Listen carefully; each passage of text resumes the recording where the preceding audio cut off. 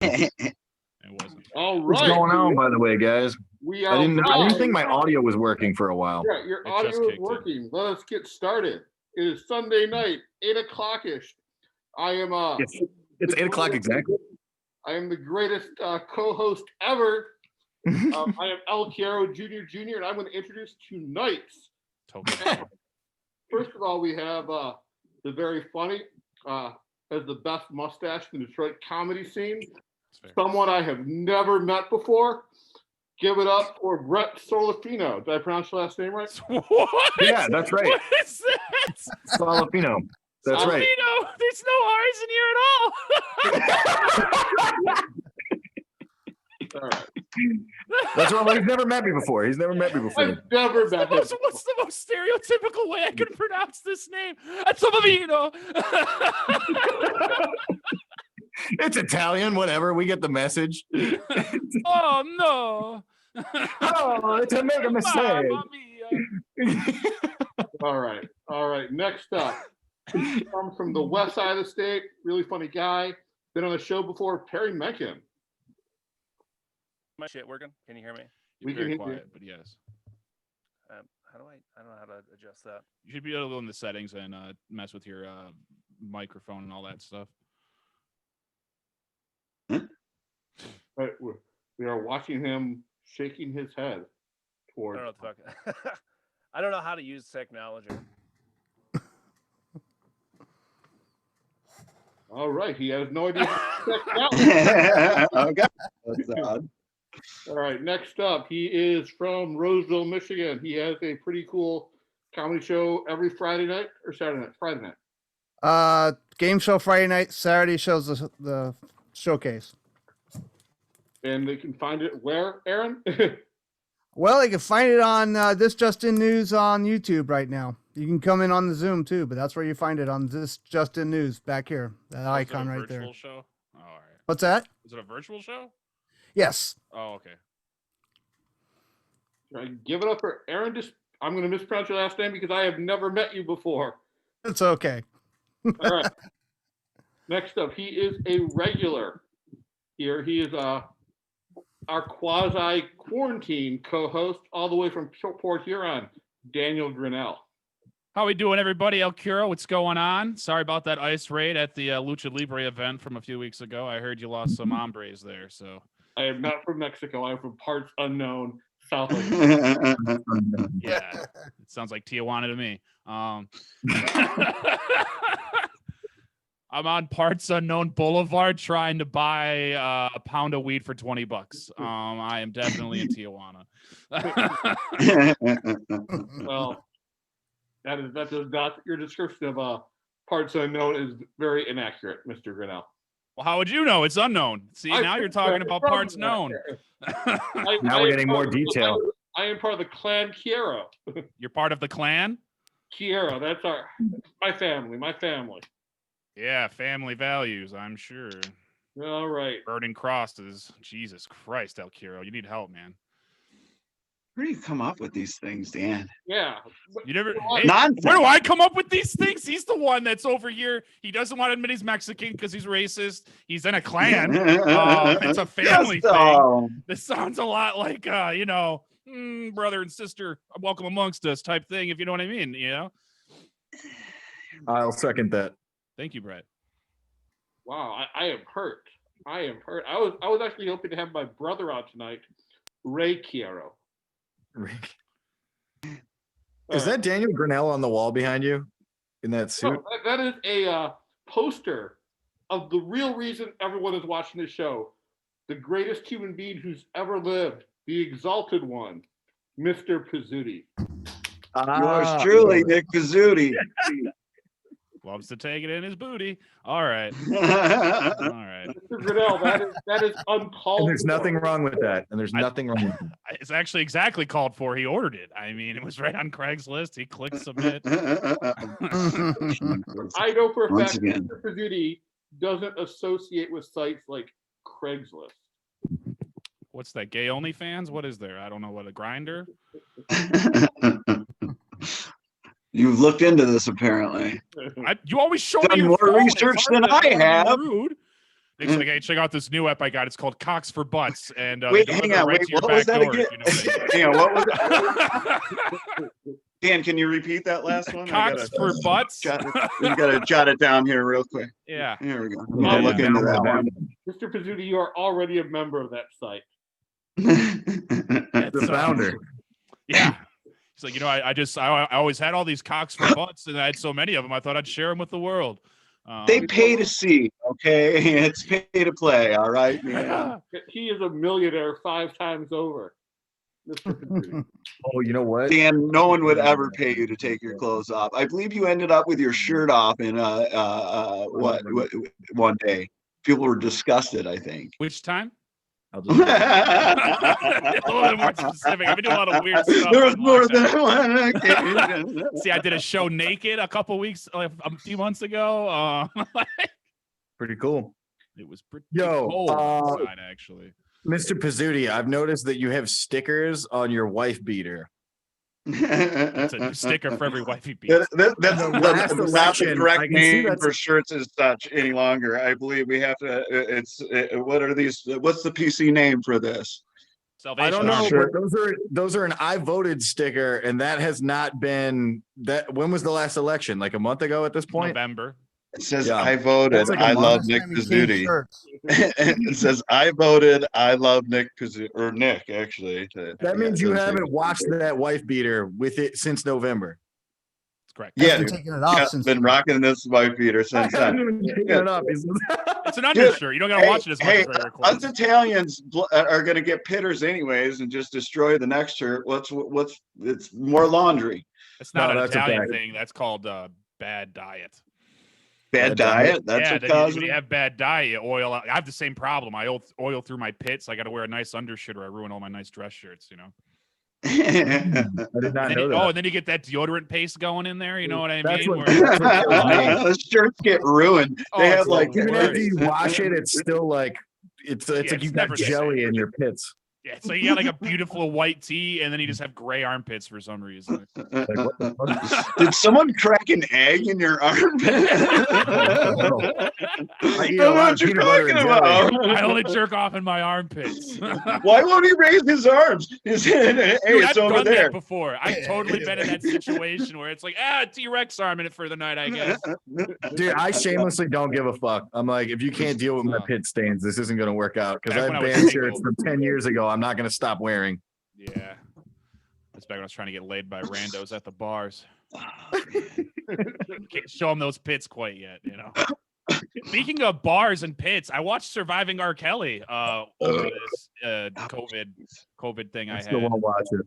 Both parts. I just finishing up part 2 right now. I want to say best soundtrack of any documentary I've ever watched. That's a good joke. It's amazing. Is it just all R. Kelly shit? It's all R. Kelly music. It's like, wow, man, these girls, like, it's not funny. These girls had a trauma and he needs to go to prison, but man, that guy can sing. Like, amazing soundtrack right there. Is this your new? Is this part of your? Are you gonna put this in your act, Daniel? I'm trying I to- thought we were here to talk about comic book shit, not try out your new I material. know, but I'm not trying out my new material, but it's just like every You time. son It of was a hilarious. bitch, running bits by everybody. What's I know hilarious? It's like an open mic. Hey, listen to me. And what I I'm gotta gonna say. start talking about rescue dogs. I'm gonna move the conversation that way. We're here to talk about nerd shit. I had to listen to your goddamn football conversation earlier. So I apologize. now you're gonna have to see my action figures and my Thor hammer and my Iron Man cup and all this shit. All right. Meatheads can be nerds too. Yeah, I'm a big nerd. That's a fact. Yeah, no. When I hear you guys talking about fantasy football, it's or whatever it is, it sounds a lot like. Yeah, what is that? Meathead. Lord of the Rings. Go ahead, say it. Meathead shit. Yeah, no, it's all the same shit. It's you know what I mean. It's people nerding out over statistics and all this other shit. So it's very Yeah. comparable to RPGs and. Hey, all I that know other stuff. just as much about Star Wars as I do the advantages of a 4-3 over a 3-4. Dude, I got a fucking Star Wars tattoo. Star Wars tattoo. What are you talking about? All right. Let's get this show started. Let's talk about what we really came to talk about. Not really cool Star Wars tattoos on my boss's arm or shoulder. Yeah. We're going to talk about we're going to determine the 10 best properties from the Marvel Cinematic Universe. Yes. That includes everything from Iron Man to whatever the last thing released was. What was the last thing released? The last movie Far From Home. was Yeah. let's see, Far From Home, right? Because that was the last one that came out. Yeah, Spider. Or no, Endgame. Did Endgame come out after Far From Home? Far From Home was No. after Endgame. Far From Home was after. Okay. So this includes everything to Far From Home, Agents of S.H.I.E.L.D., Agent Carter, and the Netflix series. It would have been a better series if WandaVision. they'd have made it Asians of S.H.I.E.L.D. and it would have just been all about the Chinese department of S.H.I.E.L.D. And they're like, oh, we have any problem. Robert Redford blow up DC. Everything is race-based with you, Dan. What? God, he's Finding such- this common El thread. Curo's mask messes with his voice, and it sounded like he said Asians of S.H.I.E.L.D. And I was just like, that would be a funny show. Jet Li's just whooping ass. Pretty cool. That was Oh uncalled no, for. somebody get Captain America. That was uncalled for. Oh, wow. Uncalled for. Iron Man's here. Look, I mean, in his defense, What are he does kinda Chinese look like versions he's of about to raid the superheroes? Capitol. Oh man. Shang-Chi. Oh no, it's the Incredible Bulk. Some more Japanese. Oh. All right, I'm done. I'm not doing You guys it. like my Iron Man tiki? we I did thought it. it was a dick when you were drinking out of it a minute ago. Hey Dan, is there any more jokes that you want to try out while you're here? Hey, I this is mean, all just off the let top of them my fire head. Let's at get it this out of the point. way. I'm just so we can saying, talk this is about- out I of got the one more. I don't have to write. All right, I can riff and be funny. We are determining something that's never been determined before by a group of Michigan comedians. Does Pizzuti have herpes? Is that You're what we're not even determining? joking about something like that. Sorry, this is the wrong Sunday Night Fights. That's next week. My Can you bad. let him do his goddamn I'm intro? sorry. please? I'm sorry. All right. God, 5 seconds. All right. Dan Grinnell, what is your first pick? I'm just gonna throw it out there. We're just gonna go John Barenthal Punisher. It's my favorite show that the MCU's done. John Barenthal is the perfect Punisher. Some of the writing needs to be improved when they bring the series back, but I think it's one of the best things Marvel has produced is the Punisher with John Barenthal. I actually agree with you. I think of the Netflix series, it was the second best, with Daredevil being first. Daredevil only had 2 seasons. The second season's Punisher. Daredevil season had 2. 3 seasons. No, Daredevil season 2 is Punisher season 1. That whole season is carried by the Punisher. I get where you're coming from. It was definitely an awesome part of it, but Daredevil season 3, I would say, is better than any of the Netflix intellectual properties. Plus, Bernthal Punisher, my favorite Punisher. Don't get me wrong, I love it. I love the show. Season 2 of the Punisher was fucking dog shit. I enjoyed it. The fights with the priest was awesome. His story arc was crazy. The intensity, I don't know. It was amazing. And then just to see everything kind of fold back in on itself and get a really even deeper look at him. And the way they ended season 2, they set up for such a great, like, we're finally getting somebody like an actual Punisher when he's accepted that he's the Punisher and he's going to go after He's people. got the trench coat and the 2 guns. It was Yeah. pretty cool. But Iconic Punisher scene, and then they here's the cancel thing. the series.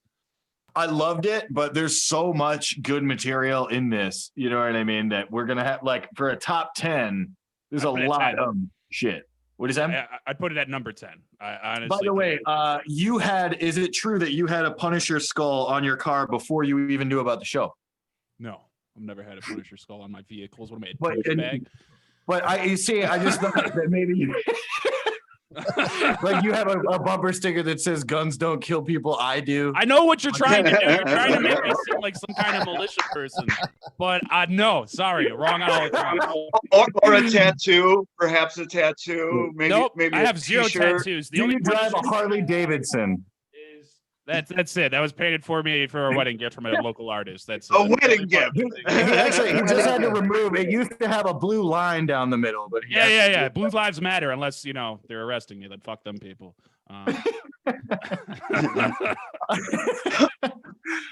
No, but dude, I agree with you. I think the Punisher, the Netflix Punisher, deserves to be on the list. I agree. I think number 10 to me, like, it's the But 10. okay, are we doing this as characters in the thing? Or No, are we're doing this- best products, movies, shows. Okay, so you can only consider it seasons 1 and 2. And I'm considering Daredevil season 2 as Punisher season 1, but yes. Okay. That's fair because that season was fucking awesome. Yeah. What do you think, And Rob? he was in every episode. I'm sorry, what did you say, Brett? Who? Excuse as me, far El as- Quiero as far Jr. Quiero Jr. As far as how we're consolidating this list, do you have to pick one season to go on the list, or do you just pick the whole Punisher on Netflix as a? It would be the 2 seasons of Punisher on Netflix. And season 2 of Daredevil. I don't think you can claim that. I'm saying I that had it as I am an claiming honorable that. Watch mention the on second my list. season. I think Daredevil is Daredevil. all That's like Punisher. saying, yeah, but you can't claim the Avengers movie because Iron Man is in it. Yeah, That's fair. true. What? That's fair. That's like me saying Iron Man 1 is amazing because he was in the Avengers. That would be the comparison, and nobody would say that. No, you've got it backwards. I know I've got it backwards. That's what I'm saying. It's backwards. Yeah, what I'm saying is like Punisher. Like when you're saying Punisher is in Daredevil season 2, so that makes it a Punisher. He property. is. It's No, not. he is Daredevil season 2. He's in more than half of that season. Like he dominates the screen the entire season of season 2 Daredevil. He carries Look, Daredevil season 2. But it is still Daredevil season 2, so you're not allowed to claim that one. Bullshit! I just did. Daredevil season 2 is But I'm Punisher saying season I'm 1. challenging that. I think it's Yeah, bullshit. no, that's I don't think separate. you Those can are claim it. separate. But Those are separate for sure. They have to Yeah. be. You have to separate. those Go two. back and okay. Go back and rewatch Daredevil season 2 and tell me what was the best part of that. Was Oh, it no, I don't know we're the not- 70% we're of Punisher owning the screen, or was it We're the not in Daredevil disagreement parts? with you on that. It's a great introduction of the character, but it's still Daredevil. Well, being a Oh, it's still Daredevil. That's weird. I thought it was John Barenthal in that goddamn bulletproof. Hey, vest. if you That's weird. listen, answer me this, Dan. If you were gonna tell somebody, hey, you know where you should start, Daredevil what show season should 2. I watch? Daredevil Yeah, season okay, 2. so there you go. So there's the answer. So Yeah. that's Daredevil then. Punisher season 1 is Daredevil season 2. No, it's not. Punisher season 1 is Punisher season 1. Hey, you can feel that way. It's cool to be wrong sometimes. I mean, I get it, but No, but look, There I ha- love season 2 of Daredevil is one of the best things. either way, we're arguing semantics here. Punisher deserves to be on the list. I agree that I would see. Okay, when we're looking at all top 10 of the whole thing, I would say that Daredevil deserves to be on the list because of season 2. Now, Whoa, if we're going through the whole thing, Oh, there's and do you here know we how many- go. A you know- justification. Oh, the season that is mostly the Punisher is the best Daredevil season. yes. Thank you. Good to know the Punisher made Daredevil better than he ever could be by being that awesome. See, I don't know Oh, about the that one. team ups. I don't Are know you about telling me that one. team ups in a comic book series make it better? Sometimes. I mean, Defenders was kind of weak. Defenders the is Daredevil Defenders was season really 2. weak, actually, if we're being Yeah. When I watched It's all weak sauce all day long. Defenders, I just fast forwarded to the Daredevil scenes and didn't watch the rest of it. Yeah, he was awesome. He was the best part of the Defenders for sure. Yeah.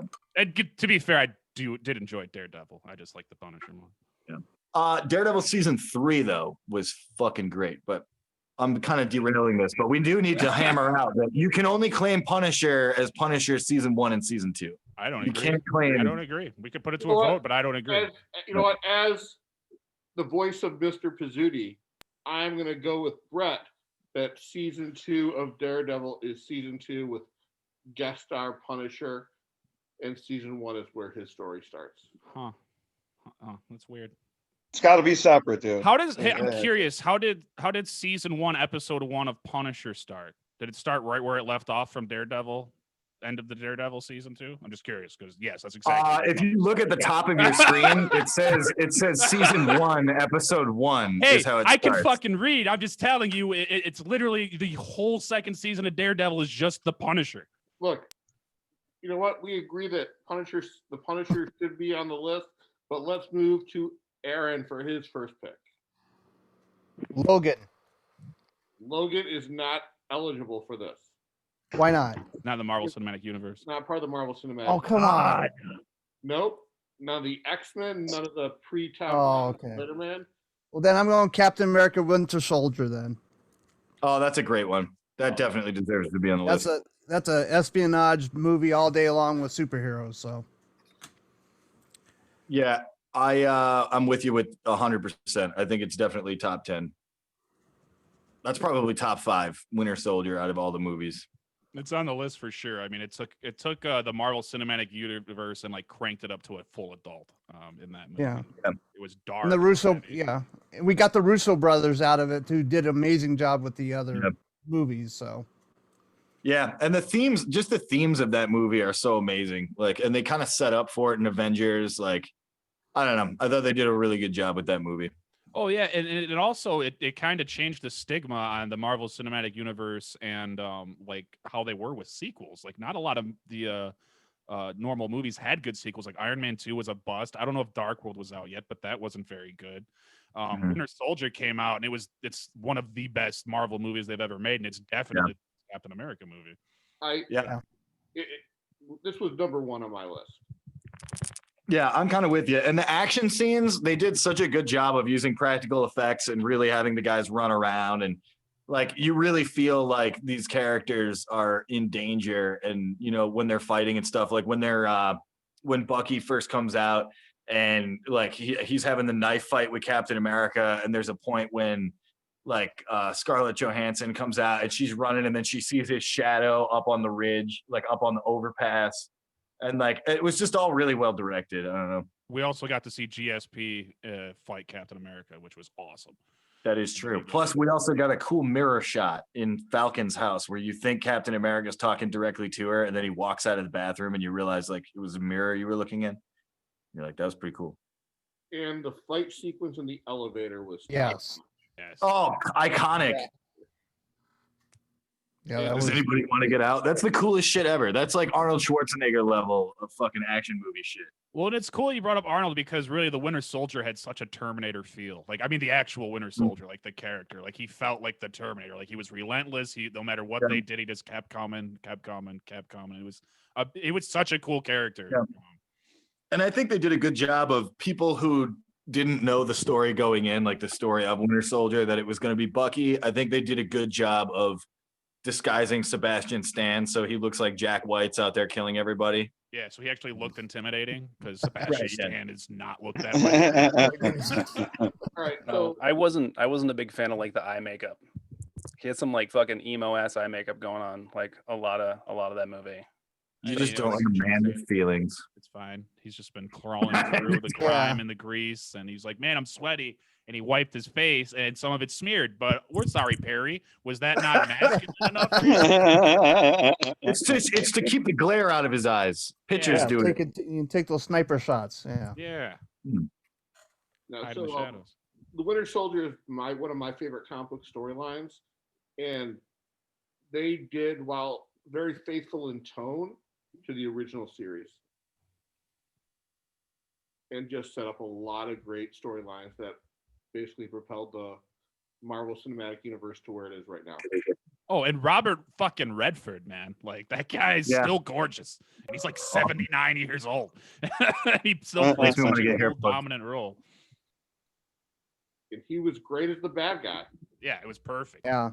If Jay Gatsby ran S.H.I.E.L.D., that's what he played. A lot of you guys probably don't realize he was the original Great Gatsby, but Dude, I mean, he was a good mixture of like what a good villain needs is that likable nature plus just being a piece of shit, you know. And he epitomized. He's playing the man, you know. He's the man that's keeping everybody down. That's what Robert Redford just embodied in that movie. It was really good. Yeah. All right, Brett, what is your first pick? It's a tough pick. So on my 1 and 2 slot, I know both of these are eventually gonna be on here. So I'm gonna start with Avengers, just the original Avengers, the first Avengers movie that came out, because I feel like it's the first time where we saw the MCU, all these characters actually come together on screen as a team up, and it was the first team up movie that actually worked. It showed that the whole experiment could work. It set the stage for what became, I don't know, what is there, 23 movies now and a bunch of TV shows. And it was all leading up to that first Avengers movie. And it did a good job of, you have, you know, all these big hitting actors on this one movie who are all kind of co-starring together and all getting enough screen time, and it all works. And you get amazing fight scenes like Iron Man and Thor. You get Thor versus Hulk. You get like a bunch of shit in that movie, bunch of fan service. with also just being a really solid action movie that I think it defined what superhero movies were going to be for the next decade.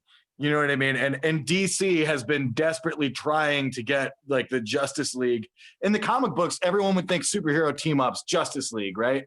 And they still haven't been able to match what the MCU has done. And I think the first Avengers movie kind of is a good way of just saying all of these team ups and everything. This is where it started. This is why it deserves to be on the list.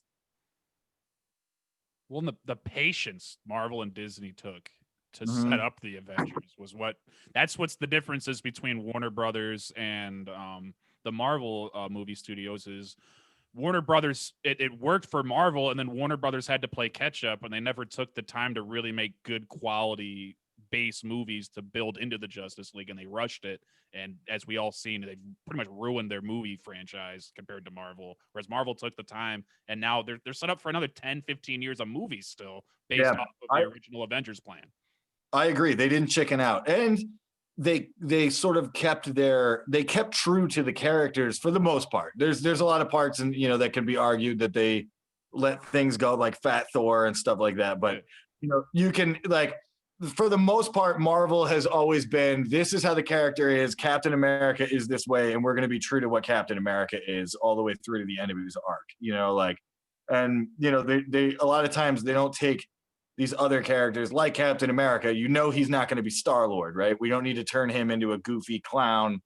Whereas in the DC movies, they've tried to take everybody, and they're not true to those original characters. Yeah, they tried to turn Batman into a jokester in a couple of movies with Affleck. I'm like, he's not that guy. What are you doing? Batman would never pretend shake in fear of anybody. This is stupid. Yeah, I agree. Anyway, I could jerk off about the Avengers all day, but really, if I'm jerking off about the Avengers, I'm just jerking off about the MCU in general, which is why I think Avengers deserves to be on the list. And I really can't think of a movie that handled so many giant characters with screen time and who's going to get the most screen time and who's going to get the best and what are we going to do appropriately. Nobody's balanced it as bad. Nobody's balanced it like they have before or since. I feel. I agree. And I remember begging my boss. I worked at a McDonald's at the time. And I was in I think it was right after high school or something. When did that come out? 2011 or 2010 or something? It'd have been 10 or 11. Yeah. And I remember working at the 50s McDonald's on Telegraph in Dearborn, Michigan, if you've ever been there. And I remember begging my boss to get off at 11 because I was supposed to get off at midnight and struggling to get the whole lobby clean so I could leave early so I could go see the fucking Avengers at midnight when it came out. You know what I mean? I just have so many fond memories of that.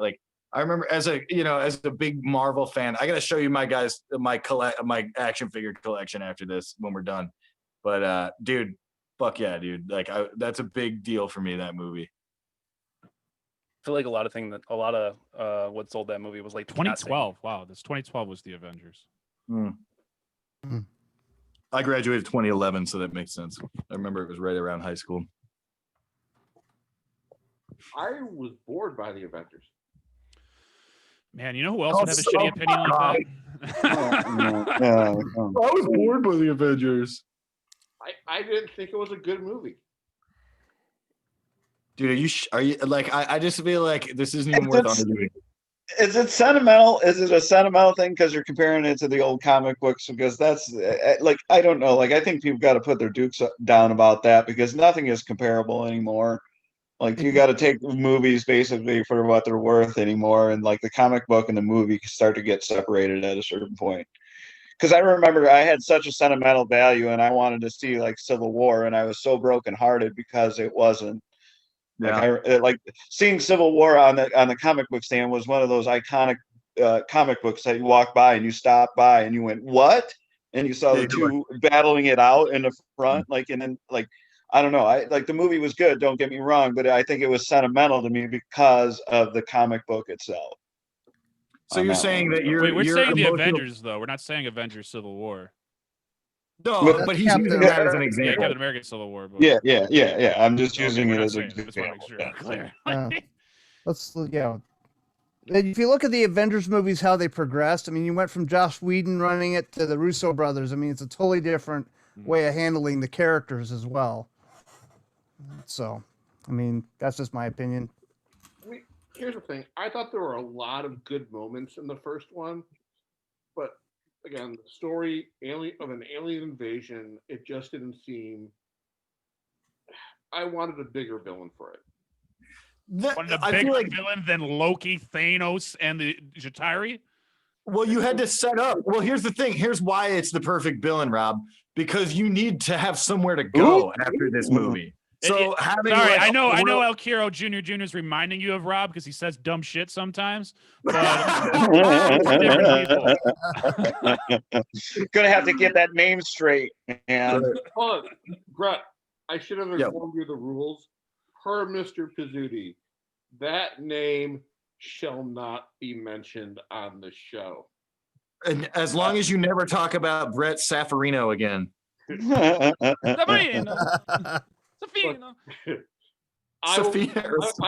will learn to pronounce your name. I promise. By the end of the show, I will learn. All right, here, listen to me, because I know Rob would get this right, and I know, like, you know, you're filling in for him. So no. He's the new. Can you say sulfur? Mr. Pizzuti fired that ingrate. Yeah, Rob banged a chick Pizzuti was talking to, and Pizzuti kicked him off the show. Is the rumor? That's the worst theory. I may have started that rumor, but there's a lot of mess.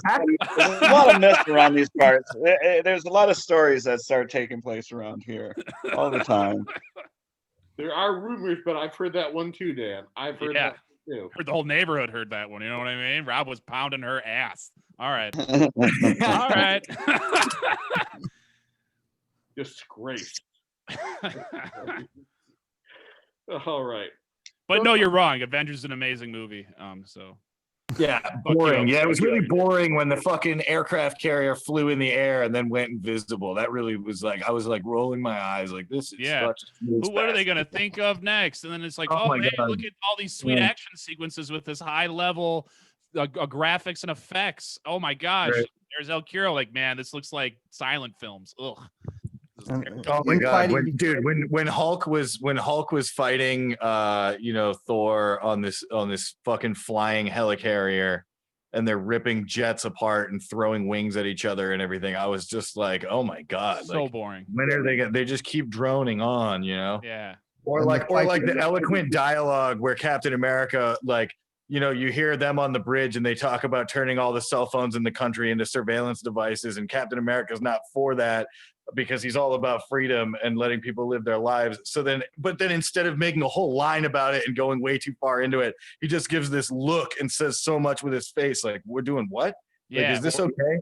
Or when Black Widow fell in that big pool of jelly and couldn't get out of it for a while, and then she had to take off her Black Widow uniform, and then she was trying even harder to get out of the jelly. Remember, that part was cool too.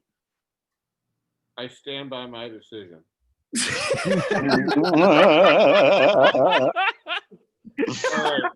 All right. We're gonna go to our next panelist, Perry Mencken. I'm gonna go ahead and say Spider-Man: Homecoming. I was gonna say that one too next. That movie's fucking. It's so good. I mean, they did a really good job of bringing him in with like the Civil War and shit, and then they just pretty much just focused on him, like trying to live up to like, you know, like Iron Man's expectations of him. I'm really glad that they didn't add Harry Osborn. I'm fucking sick of every time they bring Harry Osborn into it. He's like a whiny bitch. You know, Franco wasn't too bad as Harry. Who wasn't? Franco wasn't too bad as Harry. I couldn't stand Harry Osborn in the Garfield Spider-Man, though. It was a little. Nobody could stand anything about the Garfield Spider-Man. I just like that they brought in this new character, and with you. He was a fun character, and fuck, like Michael Keaton as the Vulture. Oh my First of all, god, what a good villain, dude! Like, dude, when he's in the car, fucking, and he's driving Spider-Man to the fucking dance, and he just starts getting that deep villain voice as he's talking to him, and he's like, "I'll kill you, I'll kill you." That was a dad voice. All right, he was like, Listen, he had 2 conversations he was going to have with Tom Holland in that card. It's like, 1, don't fuck my daughter. 2, I know you're Spider-Man. Like, he was just, got to the other one, where he's just like, listen, Spider-Man, whatever you do to my daughter, I'm going to do to you. Like, we did. Yeah. I always felt like the Spider-Man, just from top to bottom, anyone you mentioned, I don't know. I never took Spider-Man serious. I felt like I could have beat Spider-Man up. Is that just me? Yeah. I don't know. Yes, that's just That you. is You just realize you. he can lift a bus, No, right? I'm saying out of all the superheroes that there are, like, you stood the best chance against. Spider-Man's Like, actually Are you kidding? You one of the think strongest you can beat up superheroes. Spider-Man when Black Widow exists? Yeah, I guess that's Mm. all right. No. Okay, I'll take that. I retract that now. Never mind. That's good because we don't want you suffering from Flash Thompson syndrome. Hey. Oh. I can write jokes too. Oh, yeah? Zingers.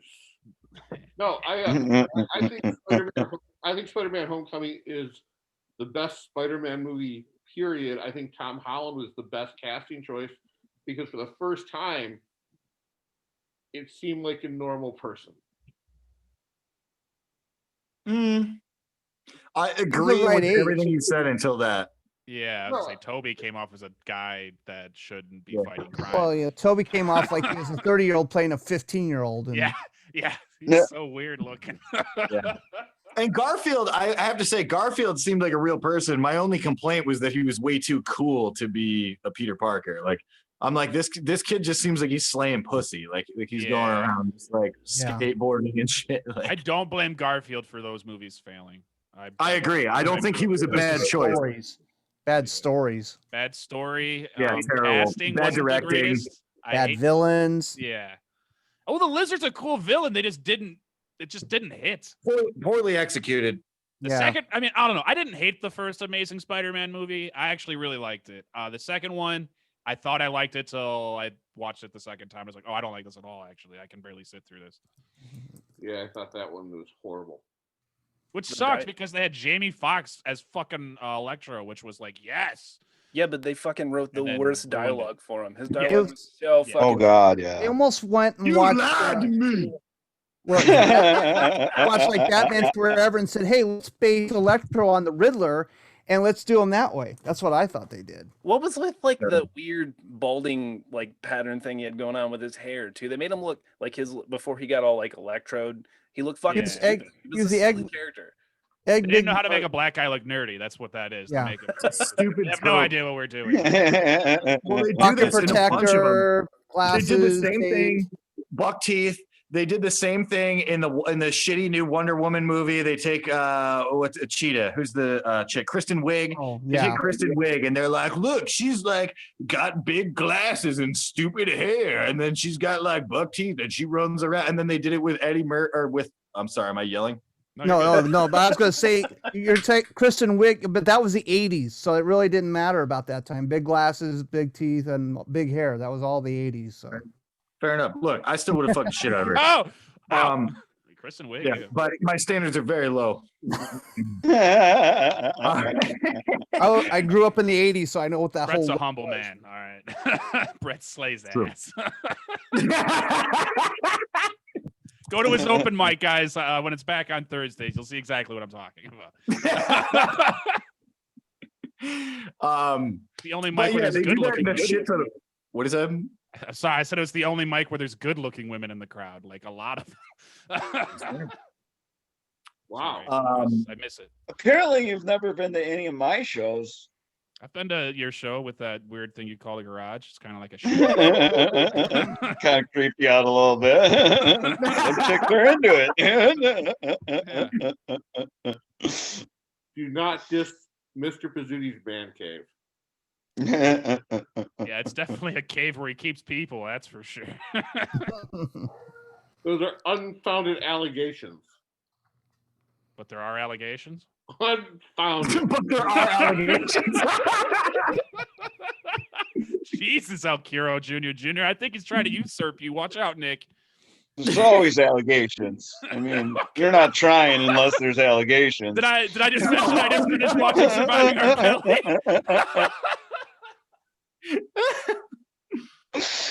Oh, right. sorry. All right. Mhm.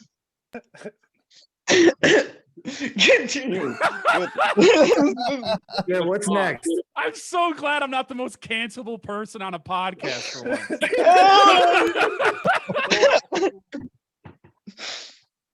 All right. Mr. Pizzuti, we are getting lots of messages about you right now. I'm in the basement. Help! Get me out of here. Lots of messages. We'll get to it in a minute. Mr. Pizzuti, what is your first pick? I have, of course, and like it's fun. I think Guardians of the Galaxy is just a fun movie. I think it was the first one that, like, I don't know, like after, and I like the dark comics. I like the Punisher. I like Batman. I like all that shit. But like after seeing so many dark and like everything kind of went trendy dark. Did you guys agree with it? And it was nice to see like something light, I guess. Well, they kicked off like the '80s relove, like the love for the '80s, and like rock and like all that culture came back from that movie. Like it launched a whole phenomenon in pop culture. Totally. Yeah. And the soundtrack, I mean, I sang along with every single song. It was just fun, dude. It's like I said, and I mean, like even Superman went dark, and Superman's not necessarily that dark of a character. And like at that time, it's like I said, it was nice to see something light and fun, and I don't know, had a different feel to it. It was fun. I think it showcased one of the best things about the Marvel Cinematic Universe is that it can take these B-list characters that nobody really gives a fuck about. I mean, even as a comic book fan, I did not give a shit about the Guardians of the Galaxy. Right. Until the movie came out. And I was like, wow, this is fun, dude. Like, so they brought a lot into it. Now, there are moments where that can go too far with the goofiness in Marvel, which in my opinion is Fat Thor, where you're like, why the fuck did you do this to Thor? Like you just that doesn't make sense. He's a fucking god. Like, right. Yeah. But I'm not gonna focus on that now. We'll have that argument when somebody brings up either that movie or that character, But But I think I'm with you in that it showed that the Marvel Cinematic Universe really is something special in that all the people that are making it really bring these intellectual properties out and showcase them in a way that they know that is going to work for those characters. And DC is not doing that, And any other people who try to make cinematic universe, even Fox with the Fantastic Four series and everything, they miss the mark, Dude, and the Fantastic Four in general is the most heartbreaking. That's my favorite. Like, I just don't understand. Like, that has the best villain of all times, and every time they drop the ball, Doctor Doom is the best villain ever. It's like making bad Darth Vader every time. But he was the best part of those crappy movies, though, was Doctor Doom. Like, he was. Oh yeah, for sure. That's what's crazy about it. Like, he's still good in both of the first two Fantastic Four movies. I didn't watch the crappy one. The second, the crappier one, I should say. The crappier.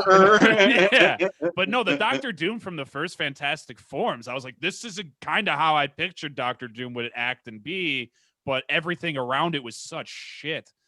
Yeah. Though I do have love for the original Fantastic Four still sentimentally because I was in like elementary school or some shit when that came out. And it is terrible. I know that it's a terrible movie, but I still love it. If that exact same Fantastic Four movie came out in like '98, it'd be one of the best movies of all time, probably. Dude, you know what I mean? Practical effects thing. All practical effects. No CG thing. Yeah. That would have been a huge movie if it was just released 10 years ago. It was dated. So I'm going to say Guardians of the Galaxy was a very bold choice for Marvel to produce. I mean, they were CD level characters who really at that point couldn't even keep their own comic book series going. Well, they took a group of B-listers and Bradley Cooper and turned them all into fucking superstars. Like everybody. Yeah, it's crazy. I live in a world where Rocket Raccoon is now a household name. Yeah. Dude, there was a character that had one line. Yeah, Groot. Yeah. Diesel got paid millions to say it. They paid Vin Diesel And so it much destroyed. money. I am Groot. I am Groot. And Like somebody Vin figured out how to get the Diesel's- best acting out of Diesel. Give him 2 lines. He said, "Just be yourself, Vin." That's all you had to do. And then Family. Sorry, wrong movie. Now, How dare you talk shit on Vin Diesel? I love Vin Diesel. Do not get me wrong. I'm Everybody a talks shit closet on Vin him. Diesel fan. I am an out of the closet Vin Diesel fan. I am a big Vin Diesel fan. You know, Pitch he Black's my wrote- shit. Is Mr. that- I can't Pitch get Black's behind my the guy shit. that just mumble talks. He just like it's just always like a low monotone like grumble. I'm just like, ugh, dude, come on. Because he's Weird. always trying to maintain maximum energy. You're right. So he's trying to spend the least talking. So when fighting starts, he's got the most energy saved up. That's why he talks that way. I just You feel know, like that's he's trying not- to seduce me the whole movie. It's fucking creepy. It's weird. I'm not into it. Hey, Perry. Oh, I love it. Perry. Mr. Pizzuti has based his entire existence on Vin Diesel's performance as Dom in the Fast and the Furious saga. I He plays the wife beater. That's all he wore in 3 of those movies. you have an old Dodge Charger sitting in your garage by chance. His car couldn't fit a Ford Focus. I mean, like his garage. It's a little garage. It's a smart car size, huh? Yeah, it fit like in one of those. You can't get out the door. Just knocked over a shovel. The garage was built when cars were that big too, and they're just like, listen, let's just not ever build it big enough to fit a car. Absolutely. You know, a Caprice tool made shed. it into that garage someday. An old Once upon a 3/4. time, somebody was like, "Oh, make it Yeah, he fit." crawls out the sunroof. Is it just a tool shed with a garage door, roll-up door on it? Is that what it is? Basically, yeah. Not- Do not critique Mr. Pizzuti's palatial estate. I think I've watched enough Property Brothers where I can critique his garage. that makes your point valid. Oh, okay.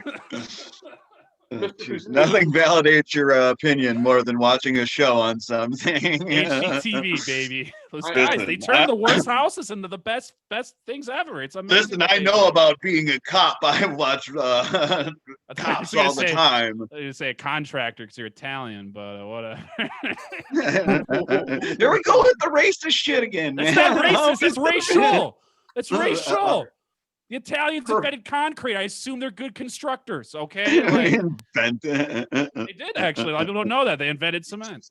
Dude, that's the most unbelievable thing about Super Mario is that an Italian worker would ever destroy that much brickwork. Like, Or show up on time.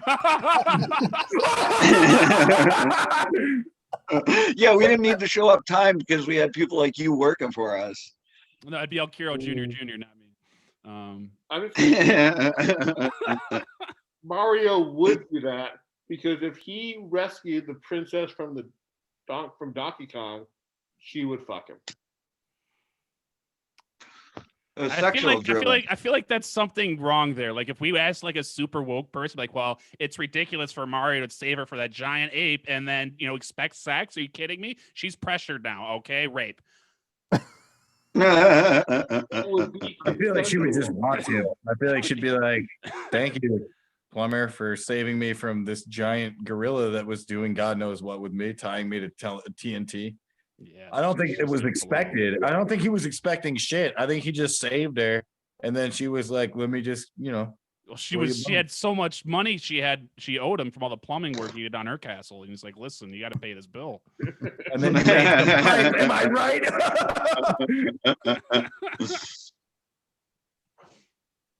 That is awesome. All right. All right. Well, My first pick, Black Panther. Amazing movie. Yeah. solid. It has my Fight favorite that one. villain of the Marvel Cinematic Universe. And why did they kill him? They didn't. He died at the end. He Did he? died. Did he? He died in real life of cancer. No, No, that was Oh man. Michael B. Jordan, not Chadwick Boseman. yeah, The villain, Warmonger. villain. Yeah, Oh, Warmonger, right. Yeah, the most fleshed out villain they've ever had besides Loki, and they killed him off. They didn't kill him. there's still a chance. Like you're telling me there's no chance. It's like, all right, I'm not gonna kill you. And then when he passed out, he's like, throw him in the nanotank tubes. We might need him one I'm day. with you. I think any Marvel character has the capability of coming back, as we've seen time and time again. They always bring him back, you know.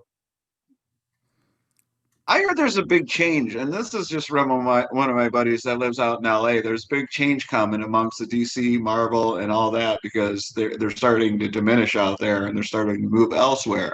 And the old characters are going to become obsolete, and there's going to be a whole bunch of new characters. Yeah, that's what they did at the end of Endgame. That's why they like retired Captain America, and then they. So they're going to start introducing like a whole bunch of They've been doing it. I mean, they did that the 2 years leading up to Endgame with Black Panther and Homecoming and all those other. Miss Marvel is supposed to be coming out, and the reason I bring that up is because they just introduced a character that's from Dearborn, Michigan, named Amulet, who's going to be like her sidekick or something in the comic books. Oh, that's cool. What is that? Yeah, he looks real dumb. I'm sorry, he looks real dumb. His design is terrible. Dude, I'm not gonna lie, it's not their best fucking work, but the fact that like as a comic book fan growing up in Dearborn, to be like a guy from Dearborn got a job writing for Marvel and made a superhero, and it fucking got in the comic books, and then it will maybe potentially be in the TV show. Like a kid from Dearborn, I don't know. That's fucking cool. That's fucking cool. No, that is cool, dude. That is cool. If any of us had that amount of success, I would give mad shout out to any one of you guys. If I had that much success, I wouldn't care if you gave me a shout out. Like, who the fuck is that? Fuck you. I have no idea who that person is.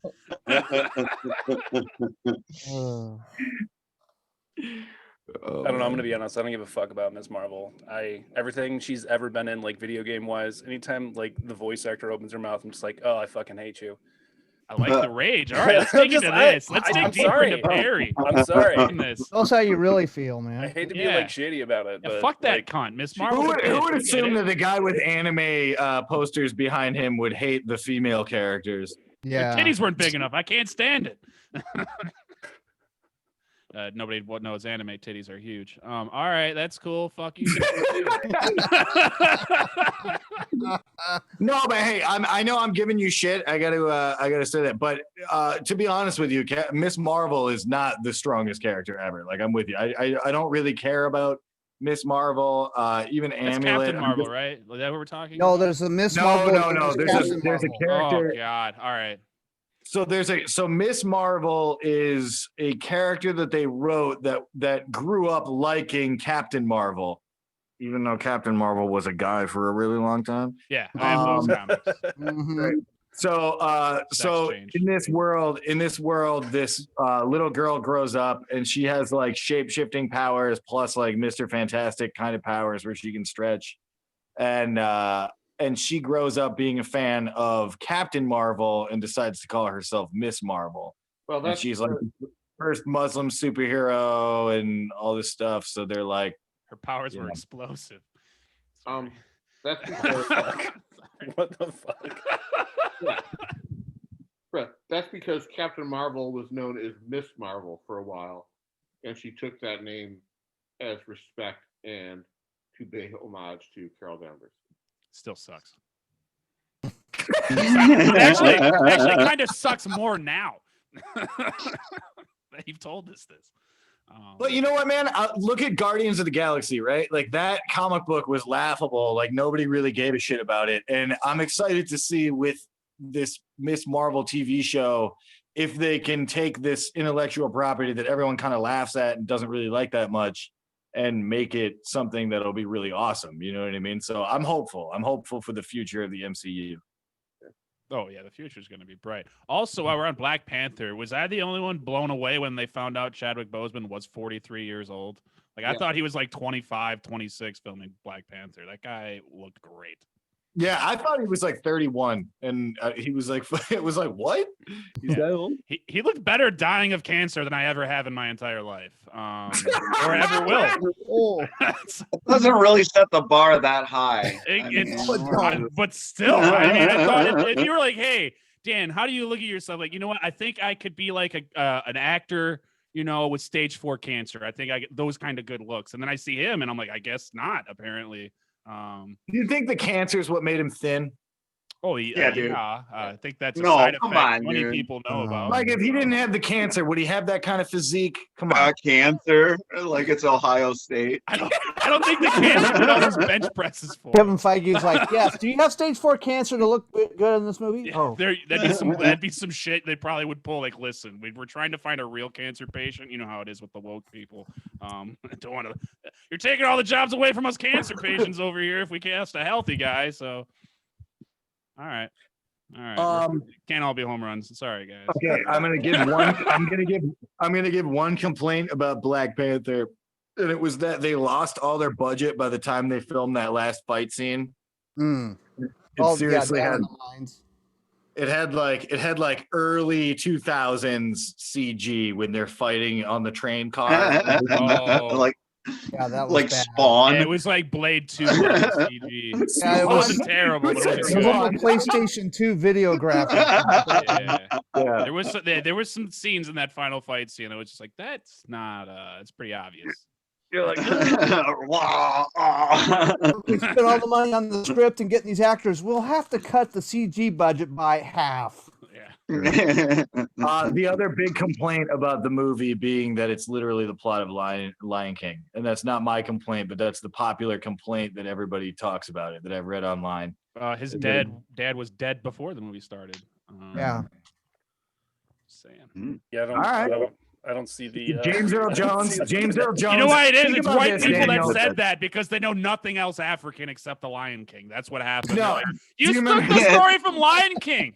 Okay. It was some You bitch. don't know It was anything some about bitch. Shaka Zulu Oh and my the King God, of that was Zimbabwe. like the Lion King. You know what that reminded but, me okay, of? let me It was say, like though- totally like the Lion King. Oh, Do you think that the scene where he Cultural talks to his appropriation. dead father in a valley, Yeah. where his dad is a cat in a fucking tree on the plains in a valley, might have been a little reminiscent of Lion King? Well, he was a panther. It was different. it His- was different. yeah. What's his dad supposed to show up as? A toucan? Like, it doesn't make any sense. Witch doctor monkey. Dad, this doesn't make any sense. We're toucans. We die as Black Panther and we come back as toucans. He's like, yeah. And I'm selling cereal for Kellogg's? What's It going gets on? weird after you die.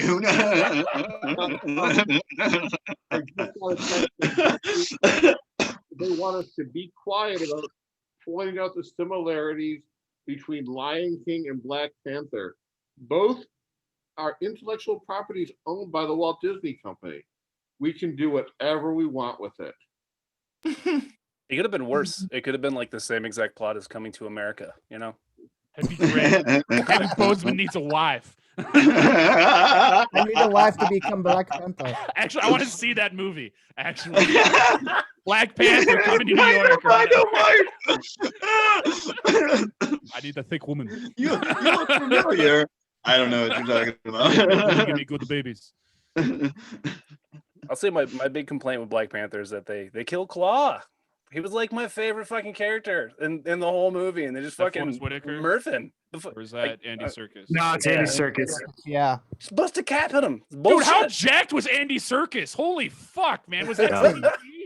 I mean, he looked good in Lord of the Rings, but he really looked good in this. Oh my! I would have sucked his Yeah. dick. He's like some like burly Australian dude. I'm like, God, this guy is oozes sex.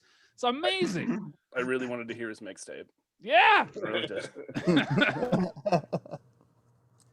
All right. Dan, what is your second pick? Oh, sorry. All right, let's gather here. All right, let's go with what started it all. What's unfortunate about this movie is it was the best in its series, and that's what sucked because it got released back in like 08, 09. And let's go with Iron Man, the first Iron Man. Fuck yes, dude. Yeah. It's my favorite Marvel movie. It's still so cool to go back and just watch the rise of Iron Man and Robert Downey Jr. really becoming Tony Stark. It had an amazing story. You had Jeff Bridges as the bad guy who was perfect. Jon Favreau added so much to the movie. Always loved every scene he was in with them. It felt good. It felt like it was like how you think like a rich business like that, how those people would kind of act a little bit. They showed both sides of it. I love it. I absolutely love this movie, and it was just like I don't know, like I work in engineering, and sometimes there's just that engineer that has his nose in every single project and like knows like how to do shit, and like you're like, oh, this guy just crunches numbers or does some shit like that. No, there's some people out there that just like know how to, like if they were in a cave, they would be able to With a box of scrap. like build some shit like that. It's crazy. I love that scene when he built when he built the first Iron Man suit in the cave. I'm like, dude, I know people that would be able to. Yeah, I did do shit engineering like too. that. I didn't realize you're in the same field. It's just like, yeah, that's fucking. So am I. I do engineering. That's what I mean. We obviously are bad engineers because we're trying to become stand-ups, but I just do inventory, dude. That's all I do. But I know Pizzuti, people. he's like, I work with engineers, and by that I mean I buy stuff for them when they ask me to. I just make sure that they're like, how many of them are there? I'm like, 2. That's my job. I just report numbers. This number for you. I got a 1. Hey, look what I did. I got 2 for you. He's like, I built a rocket ship. I'm like, 2. I brought him the fins. You're the guy. We're the guys that Obadiah is screaming at. Like, Yeah, why can't we do like, listen, I lied on my resume. built that in the cave with a box of scraps. Well, we're not Tony Stark, sir. Listen, I went to fucking community college, okay? I don't need this shit. Are you guys? Which, by the way, I was in the pisser. Did somebody say Iron Man 1? I picked Iron Man 1. Yeah. Yeah. Okay. Yeah, that's for sure should be on the list. That's like top 2 for me. I love that you The guys came in only- with a Agreed. guess. The You only just came in problem guessing. with that movie is sets up Marvel for the one-dimensional character of Ironmonger, and all the villains, they die at the end of the movie. It's like, come on, you got to kill here's every the one thing, of them. though. No, but here's the thing, though. It worked in the first movie because we had an epic and awesome fight scene, and it felt great. It felt concluded. It's like, all right, he kind of needs to die. I mean, what's Obadiah going to do if they didn't kill him? What's he's going to go sit in prison? He can't create anything. He's not a scientist, you know? He's just a businessman, and they already have. Yeah, I agree. Plus, I mean, it also, like, you need to have lower stakes villains to make villains like Thanos feel more threatening. Yes. Like, you need to have these stepping stone sort of villains to be like, okay, you beat Obadiah. That was the villain of his youth, right? Like, he's defeating the man that sort of symbolizes everything he hated about his upbringing. Like, and the guy that fanned the flames of his bad side too, though. Like he be the partier, be loud. I'll do all the business stuff. Go have fun. You know, he actually was holding Tony back for a long time. So yeah, he was enabling Tony so that he could pull like, is he really fit to run the company? Let's box him out. Yeah. Like, so he could do his backdoor shit. Yeah, I agree. It was like the first one too. So like the way they set it up, like if that movie would have bombed and they didn't make another one, it wouldn't have mattered. But So that's the thing, though, is I always get the release dates backwards. But Iron Man was before Hulk, but for some reason there's the cameo at the end of Hulk that is supposed to lead to Iron Man. So it's just like no, the cameo at the end of Hulk. Yes, is Robert leading Downey to Jr. Avengers. walking into General Stryker, whatever the fuck his name is. It's Stryker's all setting up the Avengers, not Iron Man. Either way, I didn't feel that. You know what I mean? Though either way, it's like they released them. It's not their fault you're dumb as fuck, Dan. Because I think they were only a month apart. They're a few months apart. That Yeah. far No, away. Hulk and Captain America were the ones that were close. No, it's definitely No, I Iron thought Man it was and Iron Hulk. Man and Hulk was a couple Same months summer. apart. Yeah, I think it's like March and May. Yeah, it was Iron Man, Hulk, Iron Man 2, Captain America. Oh, well, I'm an idiot.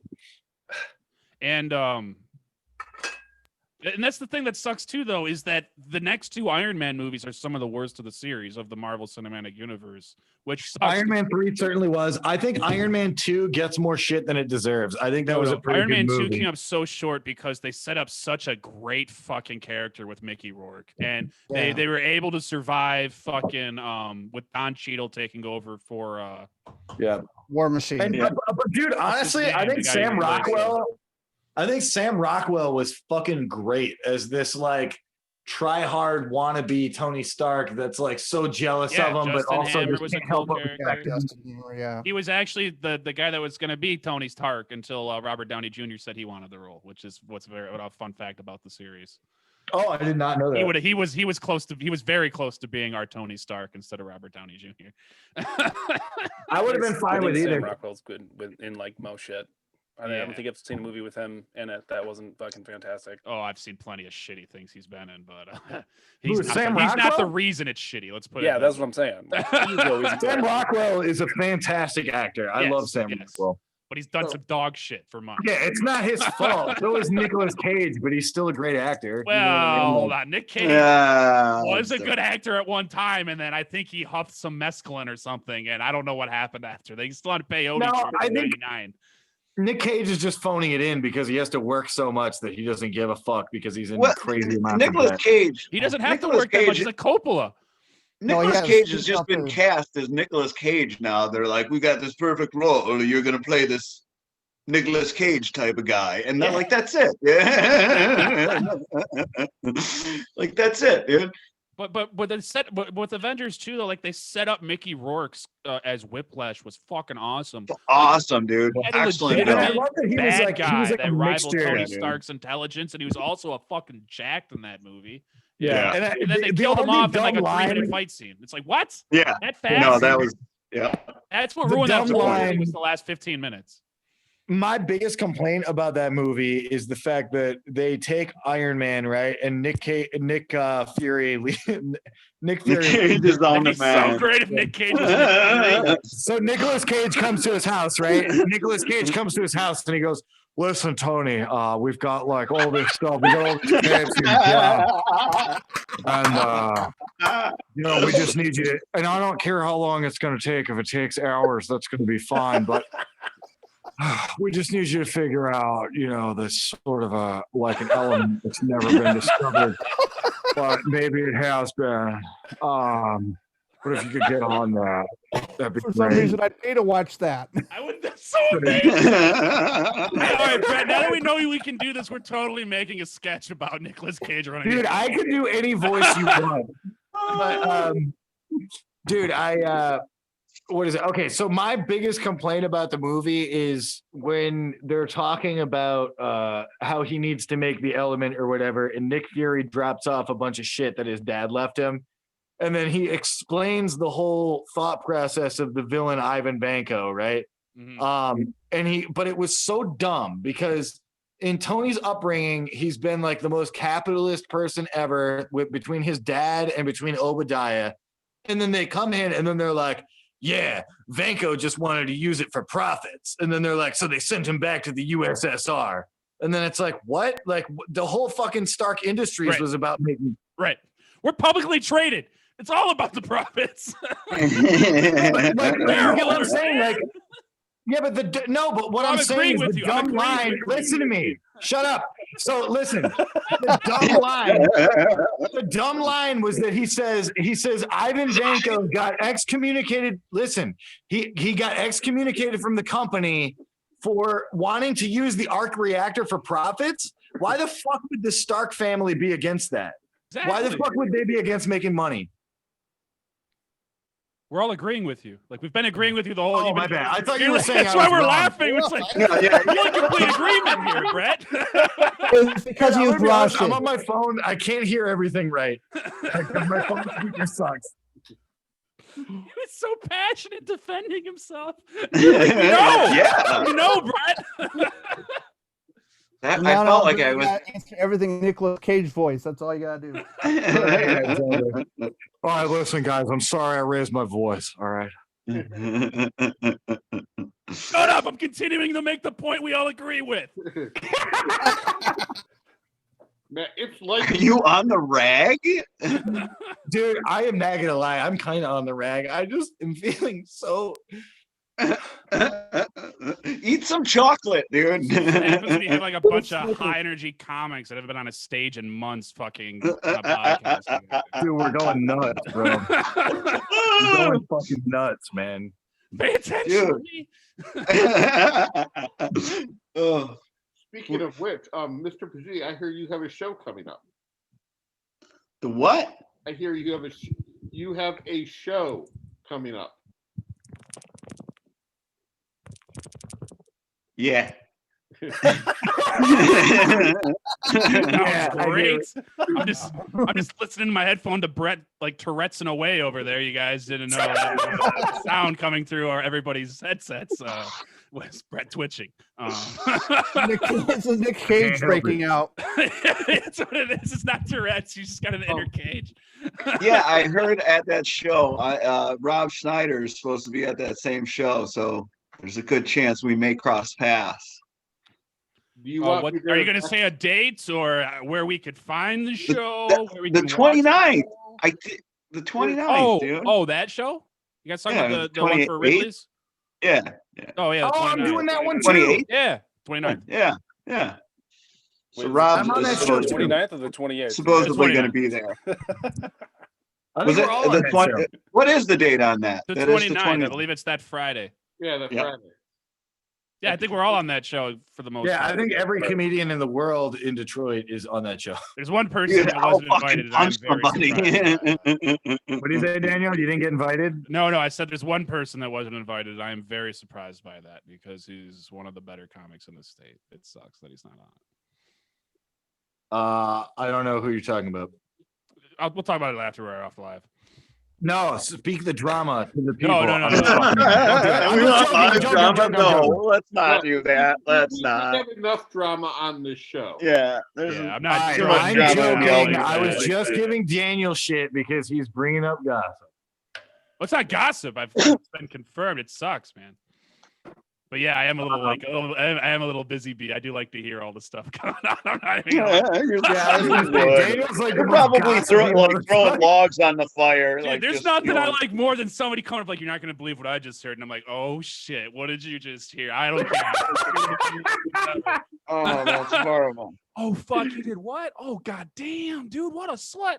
Like I love What that a shit. slut. It's great. And now Yes, we do know too. a little bit more about Dan. And now, Yeah. Aaron, what is your next pick? Thor Ragnarok. Yeah. The best Thor movie ever. Yes. Thor / Dog. Hulk. I know, but it's the Thor movie, but it's the best Thor movie that's ever been done. It's amazing. I always fuck up his name. Tiki. Taika Waititi. Yeah, he's also Taka done titties. some of the Mandalorian episodes too for Star Yeah. Wars. He's such a great director and writer. It worked so well for Thor. He put some comedy in it. It was so the Dark World and Thor was just kind of like yeah, but Thor Ragnarok was like, oh my gosh, there's actually a real story here and some laughter. And I was like, that was an amazing story. Look, Brett's gonna do Nicolas Cage's Thor now. He's got his Thor hammer. All right, listen, Loki. I'm gonna be honest with you. Keep messing around. We're out there. There's Hela. Hela is out there, all right, and she is destroying Asgard. Okay. All right, and we need to save this so we can save Asgard and get back to our home. Great Loki. It was Ella was great. I mean, she was a kind of She had was short. so fucking sexy. Oh Yeah. my god, sexiest villain Damn, ever. and she's like 55, and I still want to just fucking Kate destroy Blanchett? her. Fucking Mustang. Yeah, it was that was amazing what they did with that, and there was a great story arc even for the Hulk and everything, and it was and then it led right up into the next Avengers movie, which was awesome. But Well, that they whole also had movie the other by itself. the other beautiful chick, she was from Creed and everything else, playing Oh, Emma Best- Thompson. Emma Thompson. Oh, Oh my my gosh, gosh. great performance. Oh, dude, Valkyrie. Holy shit. yeah. Yeah. That was a great movie, and the where they were fighting Hulk and Thor fighting in that arena and all that. That was, Oh, Goldblum. The best part about that Yeah. movie to me was Jeff Yes. Goldblum's character was awesome. yes, Dude, are we gonna Korg? Oh, hey man, my name's Korg. I'm out of rocks. Which is Sorry, Titty let that Wacky. intimidate you. You've got nothing Yeah. to be afraid of, unless of course you're made of scissors. What's that joke for you? I mean, it expanded what Guardians of the Galaxy was doing with weird characters. It just went full blown. Yeah, here we go. We got a bunch of them now. Well, Thor was such a failure. They're just like, we have to do it completely different. It's the weakest fucking thing we make, and they're like, let's just do it. We tried going extra dark in the second one and making it even grittier, and it didn't work. Let's go the exact opposite. Let's go. All right, now here's why the second one didn't work. All right, now Thor is my favorite character, basically. Like he's up there, right? Mm. I'm a huge Thor fan. One of my favorites when I used to read comics. Yeah, same. And what I think the problem with Dark World was they didn't double down on the darkness. They still had Kat Dennings being a retard running around. They had stupid.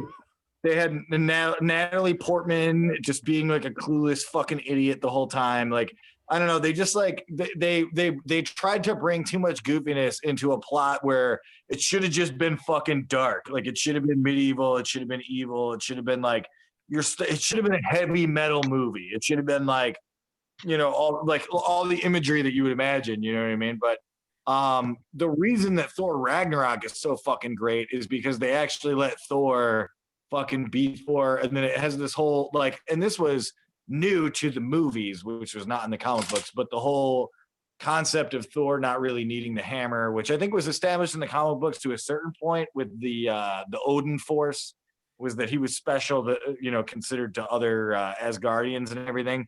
But the whole idea of him using lightning and everything without the hammer was fucking awesome, and it makes you, you know, feel like Thor is special outside of the hammer. He's not just another guy that can lift it. Thor is fucking Thor, you know? And I think that's why that one of the reasons that movie was so fucking powerful for the character. Like, he really learns a lot about himself. He learns a lot about ruling. He actually saves Asgard. Whereas in the other movies, you know, it was kind of shit that he caused that made the problem in the first place. Whereas in, you know, Ragnarok, I feel like Thor also, by the way, it also shows, even though Thor is funnier in this movie, it shows the maturity of his character more because, well, you know, Tony Stark and Captain America are fucking around with their earthly squabbles during Civil War. Thor chooses not to be a part of it. And he's like, look, the Infinity Stones are like the big bad here. Like, I need to go find the Infinity Stones. And then he gets caught up in this whole other plot, you know, like through no fault of his own, really, you know. Clancy Brown also in the movie, my favorite voice actor. Yeah, we also got Carl Urban to show up to the series, who was a fun addition. Yeah, that was sweet. Also, perfect send off for Anthony Hopkins, I think, because they're like, he might die before we film the next one, so let's do this now. So like, but no, because I'm a huge Anthony Hopkins fan. So like, just to send him off when they're in like Norway or Denmark somewhere, and they're just looking over the coast. He's just like, this could be as, and he had like an emotional. It was the most serious part of the whole movie was that scene. Yeah, for sure. And then just like, I have dad issues, so of course I'm crying. And then, and then Anthony Hopkins just disappears into you know, and that's the end of Anthony Hopkins, and it's just like, there's so much great stuff from that movie. Because it felt like whenever it wanted, it could just reach out and grab like your heartstrings instead of just making you laugh the whole time. It was a really great movie. Yeah, dude, totally. And the Doctor Strange cameo was fucking great. It was fun to just bring him in for a second with the OG costume with the yellow gloves, like from the comic book. Like, he had the most comic book accurate costume. The beer was hilarious. Like, it was so fucking funny, just the refillable beer whenever he took a drink. Right. So I've been just that line too. Oh, yeah. So I think there's a reason why Thor Ragnarok is the best of the Thor films. Because the other two sucked. Yeah, pretty much. No, it had something that so far hasn't appeared in the Marvel Cinematic Universe. An extended cameo from Matthew Damon. Yes. He's right, dude. That whole scene and the actor who plays Thor in the play is actually Chris Hemsworth's brother. Yeah, is like, yeah. And the guy from Jurassic Park was in there. Yeah, he was Odin. Yeah, that was fucking great. That whole scene was awesome.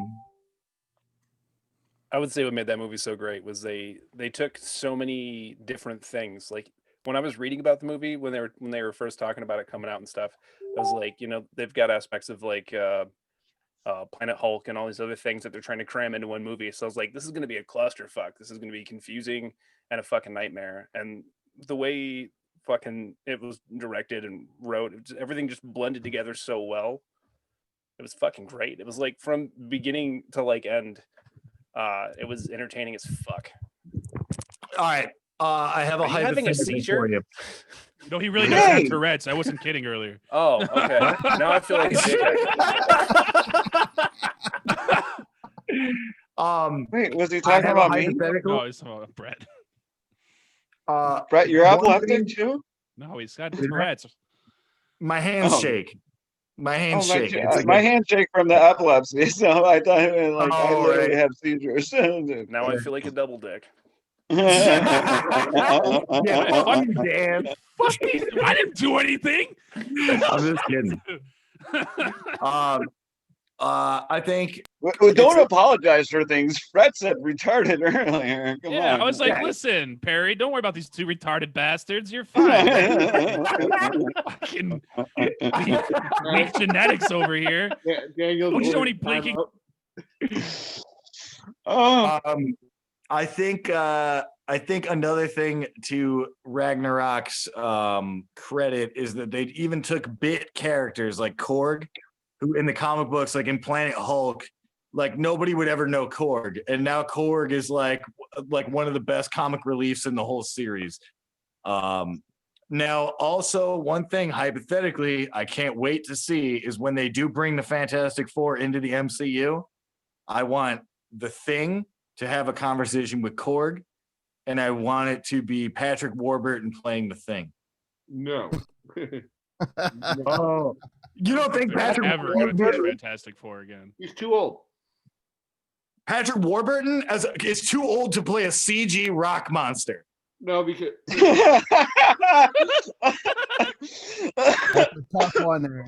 they'll have an actor who's about the same age as whoever plays Reed Richards. Yeah, by the way, Reed Richards is old. I don't know what it is Yeah, with you he has, comic like, book white nerds. hair. You're always like, oh, Reed Richards should be 25. No, that's why that's why the last two movies have sucked. Reed Richards is supposed to be like 55. Like he should be a fucking All right. like He's man. got like the white hair on the side of him. Yeah, Mr. he's got Fantastic. gray on the sides. Then we have a bigger problem because back in the beginning, Sue Storm was around 18 or 19. Why is that a problem? Yeah, that's fine. Oh, are we supposed to penalize Reed Richards because he's killing it? Because he's a 55-year-old man who gets good pussy? Like a job. All I'm saying is the relationship is suspect for when it started. So it started at the beginning when she went to college. I mean, who cares? Surviving Mr. Fantastic. You know what? We're going to use 10 episodes to actually dig down to the of Reed. and that's when he stretched into me. Thing was never ending. It came out my ears. It came out my nostrils and everything. Lost Oh, control. Jesus. Let's go to Weirdest All right.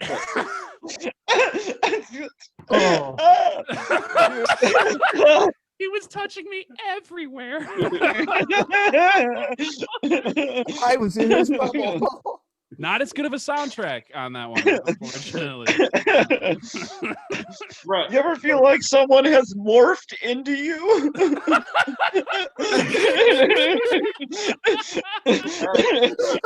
He made me watch me do stuff to myself.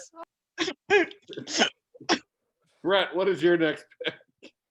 My next pick is the Fantastic Four movie that I would make, and it's starring Patrick Warburton, Chris Pine as Human Torch, John Hamm as Mr. Fantastic, and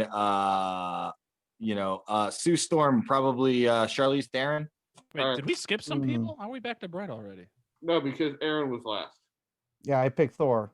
Yeah. Okay, so we got Ragnarok. So we still need Perry and Quiero Jr., right? And Mr. Okay, Booth. so how many times are we going around? Because I got to pick something that I think nobody's going to pick. That way I can. There'll be one round after this one. We're going to do one round after this one. All right. I'm going to say even though this is not the top on my list, I think no one else is going to say it, but it deserves some credit, would be the Daredevil TV show. I think that's a wonderful choice. Unless somebody else is going to pick it, in which case I was going to pick it, but you've already said it. So nope. I pick Doctor Strange. No, There you No. go. you just stuck with Daredevil. Yeah, we need to get Rob back. There is no control over this panel tonight. Nope. Quiero Jr. Nick's being muted on his own show. No, that's fine. I'll do Daredevil. Hey, Which one I are you will do doing? Daredevil. Daredevil or Doctor Strange?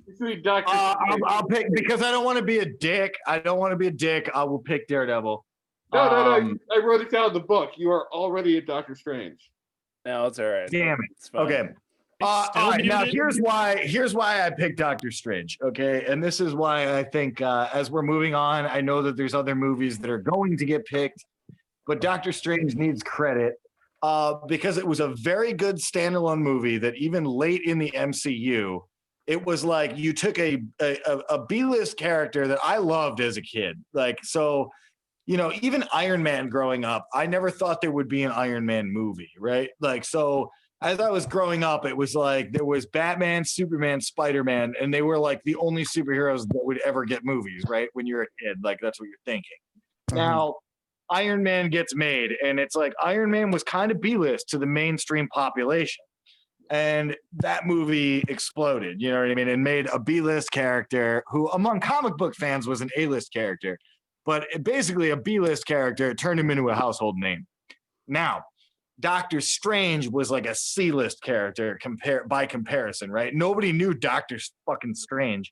And when I was like, I remember going to the movies and seeing the Doctor Strange movie and thinking, if you would have told me when I was 10 years old that there would be a major budget Doctor Strange movie this good that came out, like, I would have been like, yeah, you're out of your mind. Like, this is like comic book shit that nerds are going to like, but it's never going to have like my grandma's never going to know who Doctor Strange is. You know what I mean? Like, but they did. So I put Doctor Strange on the list and I almost put Ant-Man, but I think I like the Doctor Strange movie a little He's more. going to name 5 more movies.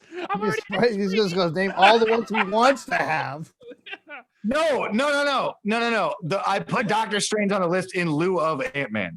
So I think Ant-Man, like, and Doctor Strange, I would have put them on the list for the same reason, which is that it's these lesser known characters among like people who are not comic book fans that became big movies that people really love. So I think that's why I picked Doctor Strange for that list. No, I think Doctor Strange is a great movie. It's I do fun. It's it takes Benedict Cumberbatch. You couldn't pick anybody that looked more like Doctor Strange to play Doctor Strange. exactly. I wish Unless you got Vincent Price, who they modeled the original Doctor Strange off of. Yeah, you're right. I wish he kept his accent for the role. Vincent Price's accent? That would be awesome. Very good to see you. I'm so happy all of the Avengers are here tonight. This guy.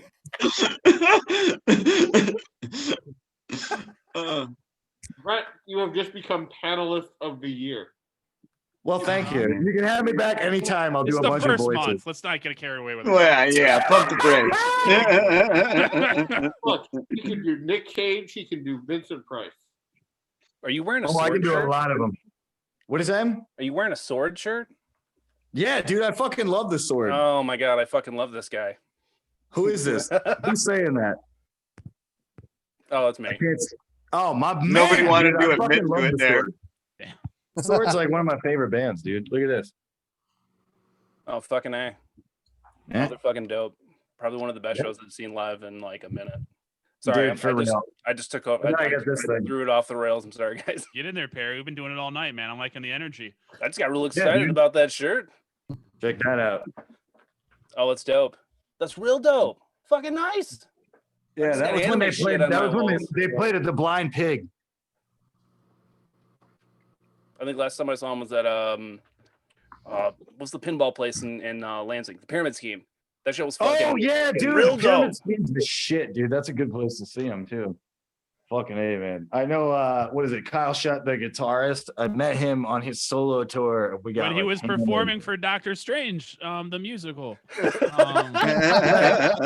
Yeah, Brett, reel it back. Hey, in. you know what's nerdy shit? You know what's nerdy shit when you guys start talking about football. Yeah.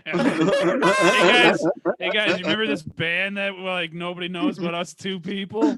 I saw him advertisement for him on the urinal, dude. They're Yeah, sweet. man. I don't like any of that mainstream garbage. I like the sword. Yo, by the way, How dare you I'm like just gonna say- Metallica? Fuck you. Yeah, Metallica's for pussies, man. We're all about the sword. I can't get enough The sword in me. opened for Metallica at Joe Louis Arena in front of Machine Head in 2008. Okay. Brett left after they opened. He's like, fuck these other bands. Sir, where are you going? I see what I came here for. Hey, you know what's a band you should check out is Running Yellows. They're my band. We're on All Spotify. right. Yeah, thought Another for band? 1 fucking minute. Jesus I got 2 Christ. bands. Brett, you are upsetting Mr. Pizzuti. You did Yeah, I'm earlier, done. Hero. You shut up. All right, I gotta Everybody's piss anyway. Let me walk away from the thing. Children, gather yourselves. The only problem with Doctor Strange is the Rachel McAdams character. She's so weak, and this is kind of like she's in there, but she's not the best part of the whole movie, really. I mean, Was you there know, an his Asian girlfriend. dude in the comics? He's kind What's of that? Wasn't it an Asian dude in the comics? No, he would be. Oh, I'm talking Rachel No. McAdams, his girlfriend. Oh, You're I'm thinking sorry. of the that's ancient one. you don't even feel Yeah. it that they're together. It's kind of like, oh, okay, well, Because he's she's so in the much better movie. than her. I think Yeah. I think it was meant to be like a Nurse, throwaway really. character. I Yeah, mean, but I thought they were trying to do a Pepper Potts like they were doing with Iron Man, which had a little more connection. And this They one, might go back to it and I almost said Strange. But Iron Man, Doctor Strange. Too. Iron Man was They might, but I think it's okay for characters to be different. And I think Like I'm as better than you, somebody- bitch. I'm the guardian of the universe. Get Yeah, outta but here. I don't He's think the it's- Sorcerer I don't think it's like Supreme. that. I think it's at least in my life, and I mean I'm only speaking for me. I've had relationships with people where you knew the relationship wasn't going to work out, but this character and this person was still in my life as a support character, like somebody who really helped me through bad times, even though we were not romantically involved anymore. And I think it was kind of a cool thing to see in a major fucking, even a comic book movie, for fuck's sake. Like, that's a complicated relationship that they brought to film. And I mean, I don't know, man. I think that's I think it's interesting that it's not your just classic like, and then they fell in love and they were together forever. Like, it shows more, there's more complicated nuances between people. Yeah, why can't they have complicated relationships? well, yeah, I understand. It that. humanizes them. Yeah, and that movie set me up because it made me want like a Tony Stark and Happy, and they have to go on a road trip with Doctor Strange and the chubby Chinese dude. Like they should, it'd be a great movie, like a buddy drive across country movie with those characters. Oh, dude, that guy is so funny too. Wong, whatever his name is. Yeah, Yeah. Wong or Yeah. Wong. I just love that both their first names are Benedict.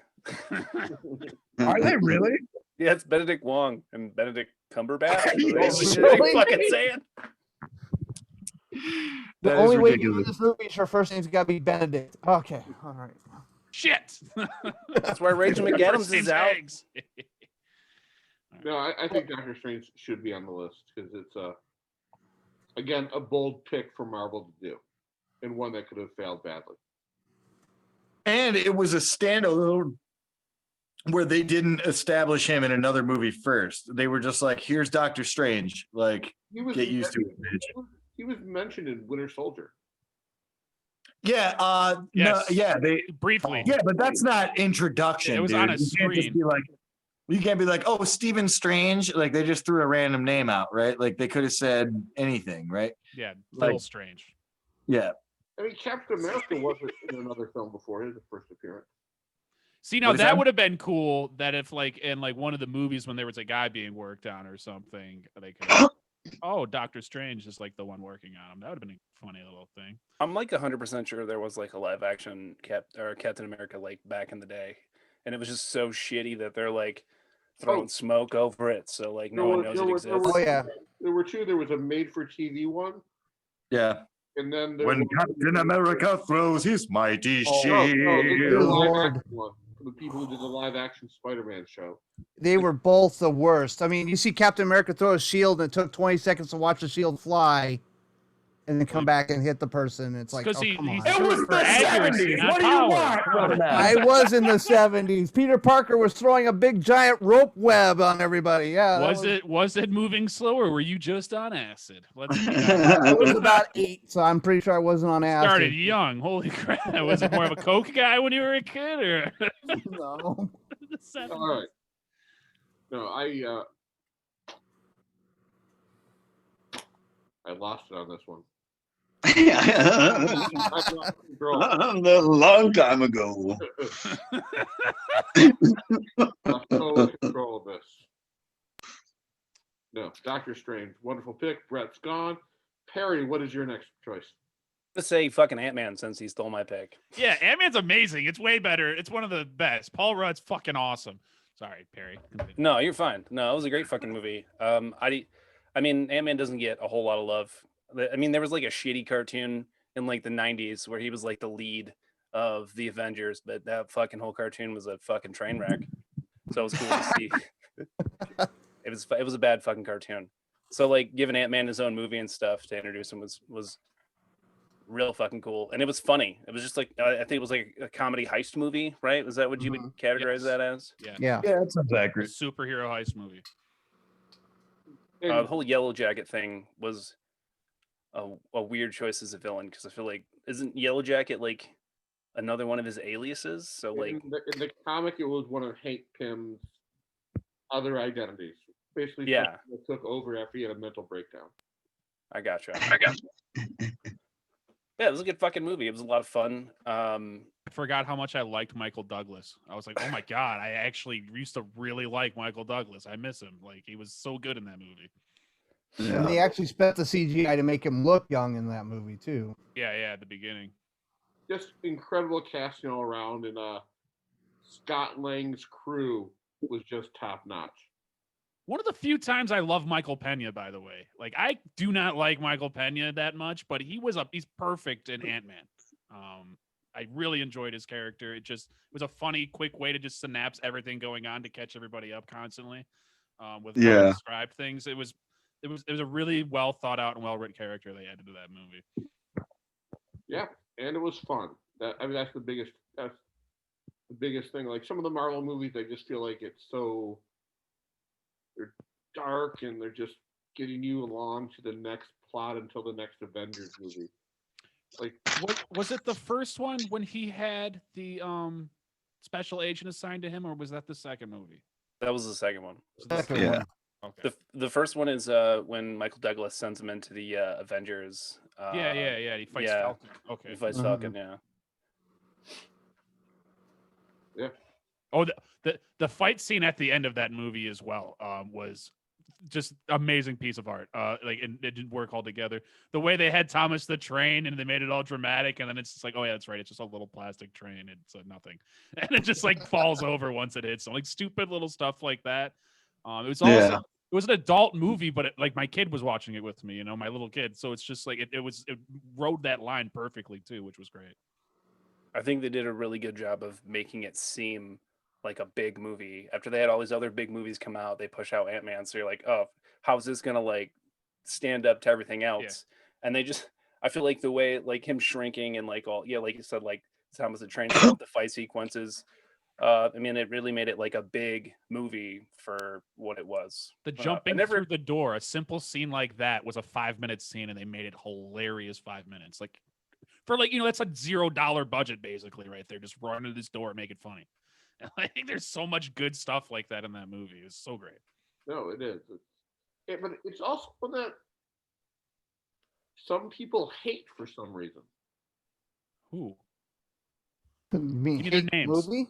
Give me their names. I think the complaints I've heard about Ant-Man are that it's too low stakes and it's too goofy. But I think that's like fun. Like, I mean, if you're having this extended universe, you just want this guy to pop up in the team up movies for a little while. Like, it's fun to have those movies that aren't super high stakes where the universe is going to end. And Yeah, and it can't be, because then the whole question is going to be like, oh, wait, if the universe is about the end, why aren't the Avengers helping him stop this? You know what I mean? Like, that would be the question the whole time. You need it to be small enough where the Avengers are like, what, they're not going to pay attention to something like that. right. Yeah. And Ant-Man is what? He in the Marvel universe, he's like a C or D character to some degree. It depends. Yeah. Man, which Yeah, it depends who you're talking to, but I would say to people who are Originally, not. no, as it went on, yes. Like when the comics, like the Avengers first happened, he was one of the biggest characters. Like, a guy that can shrink small or grow huge was, in the 60s was fucking, that's crazy. I would say B or C. Yeah. For sure. Because he's been the leader of the Avengers. Well, in the comic books, he's the one that made Ultron, which is the total disconnect from the movies. But Yeah. all right. Yeah, but in the movies, they're going more the second generation Ant-Man. You know what I mean? They leave the genius Ant-Man as sort of a myth of he was somebody Tony Stark's dad knew. Well, Which he's I think a is a good- genius, though. Like, Paul Rudd still is a genius. He's just not a tech genius. Like, even that, he's like a world-class hacker. You know what I mean? Like, he's not an idiot either. They That's what he was in kind prison of for, was for being a world-class hacker. That's why he was on probation. right. World-class hackers don't get caught. But Oh, but I think the way that they went was that he's a funny guy who has a lot of talent, and I kind of like that more for Ant-Man than let's just make another Iron Man. Who's a One guy of my that's favorite so- things. One of my favorite things is always when people try to set a reality to comic book shit. Like, oh yeah, he wouldn't have got arrested for that, but yeah, he could get this small and get really big, and all that makes sense. But whoa, a true hacker doesn't get caught. There's a bent reality there. But Brett, I would use that against you and say that in real life, a hacker would get caught. Whereas in a comic book, if you're writing a guy who's a world-class hacker, in a comic book, it would be like, he never gets caught. He never misses. He never fucking misses a shot with this bow and arrow. He never fucking does. Like, in comic books, they use the extremes. In real life, a hacker would probably get caught. So, Pizzuti, did you just see that, by the way? You flexing your guns? Oh, no, I'm sorry. Is that what you're trying to do? No, the Buccaneers just picked off the Saints with 4.5 minutes to go. Is that it? how Is that it? Bucks are, yeah, that's probably it. Bucks are going to the good. NFC Championship. Against me, Bucks Nice. Packs. Nice. Tom Brady. He'll be the first person to win AFC and NFC championship if he does it Yeah, I think it will be. Yeah. in history. Yeah. He's a good athlete or whatever, but like every time I see his face, he's just one of them people where it's just like, man, I just want to fucking punch him. He beat my ass, but I would totally just punch him. Just That's what's weird though, is run he's and not jump that and punch physical him. of a dude. Like, he's not like a physical specimen by like any means. You know what I mean? There's no statues of like his physique ever going to be made. I just spent 6 months not doing anything but watching TV Yeah. and drinking Yeah, beer. I'm just saying he's not not like jacked. Like he doesn't look impressive with this shirt on. he's no Captain America, all right? He's no Thor. he's no. He's no. He's no Daniel Grinnell. Yeah. That's true. So Heavyweight here's space. my one complaint about Ant-Man. It's the same kind of plot as Iron Man, Iron Man 2, Iron Man 3. Ex-partner, someone getting jilted by the hero or someone the hero is associated with, goes out for revenge and becomes the villain. You could, if you wanted to make something that basic, you could say every movie is like that. Yeah, Yeah. I would say that that's a trope of anything to do with even the original source material of comic books. I mean, there's something about that resentment that makes good villains, even Loki becoming a villain because he resents Thor. You know what I mean? Like there's a lot there to be explored. It's just kind of like comic book movies in general have this sort of path of the hero formula that fits like old school Greek mythology. They all sort of fit like this mold, whereas like the newer this is like a new version of that. mythology where they all sort of fit this mold of modern themes, you know? No, I don't disagree with you, but it just seems like. And it showed that Michael Douglas' character was kind of the polar opposite of Stark.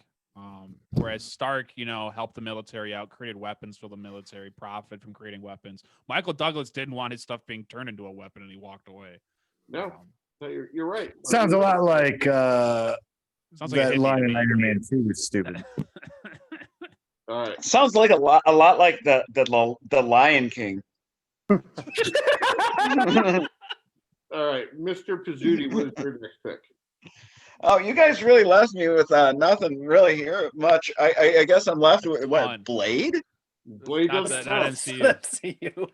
MCU. Marvel, Is but that- it's not MCU. Yeah, damn it. What do I got? I got. There is a new Blade coming out though. They're making a I new. can't wait. Yeah. Oh no shit.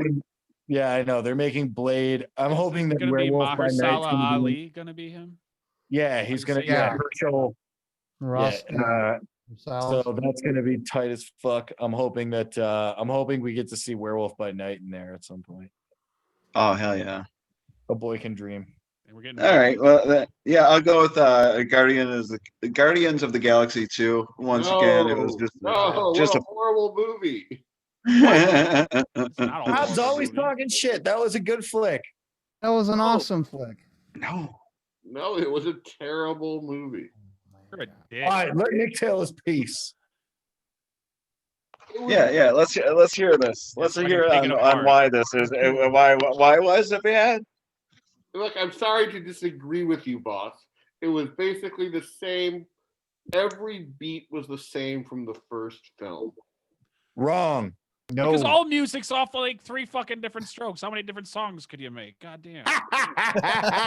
He's making the Yeah, joke of the music video. I love it. It was a mixtape. You can only have X amount of songs. No, you're right, Rob. In the first movie, it was exactly the same. It was exactly the same when he meets his father, who's also a planet. That was exactly the same as the first movie. Yeah, there was daddy issues in the first one. There was. There were because Yondu was basically the one who raised him. So And yeah, that came to a head and conclusion in the second one, which was perfect. And yes, also made me cry because I have father issues. All right. Pussy. Yeah. So Dude, Dan, how much time do you spend crying?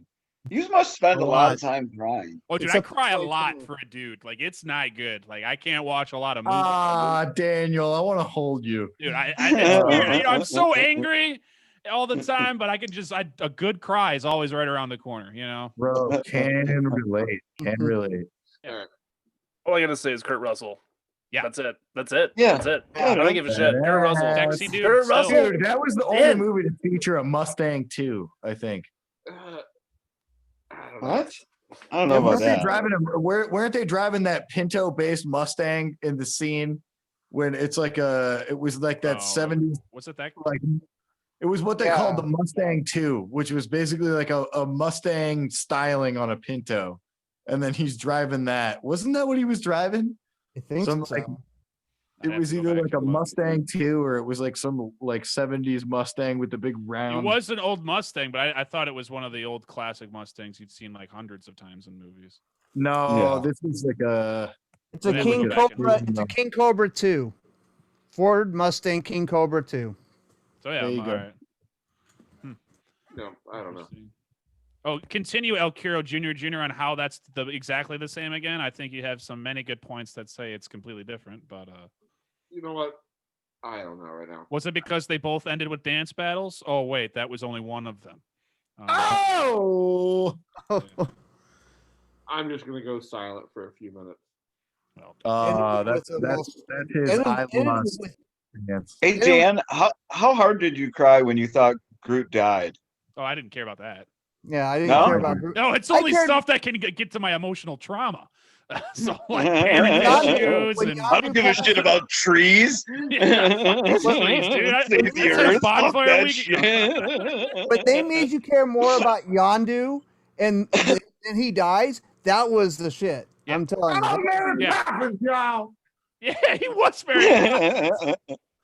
Dad of the Year saves his son, self-sacrifice, and I'm also a parent myself. It's like, God damn, I feel you, Yando.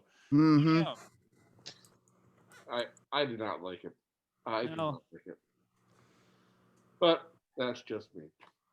I will say that the movie was a great movie, but I think most of the movies in the MCU are great movies. So if we're going for top 10, does Guardians of the Galaxy deserve 2 slots on the top 10? Because we've already said that Guardians of the Galaxy is on the list.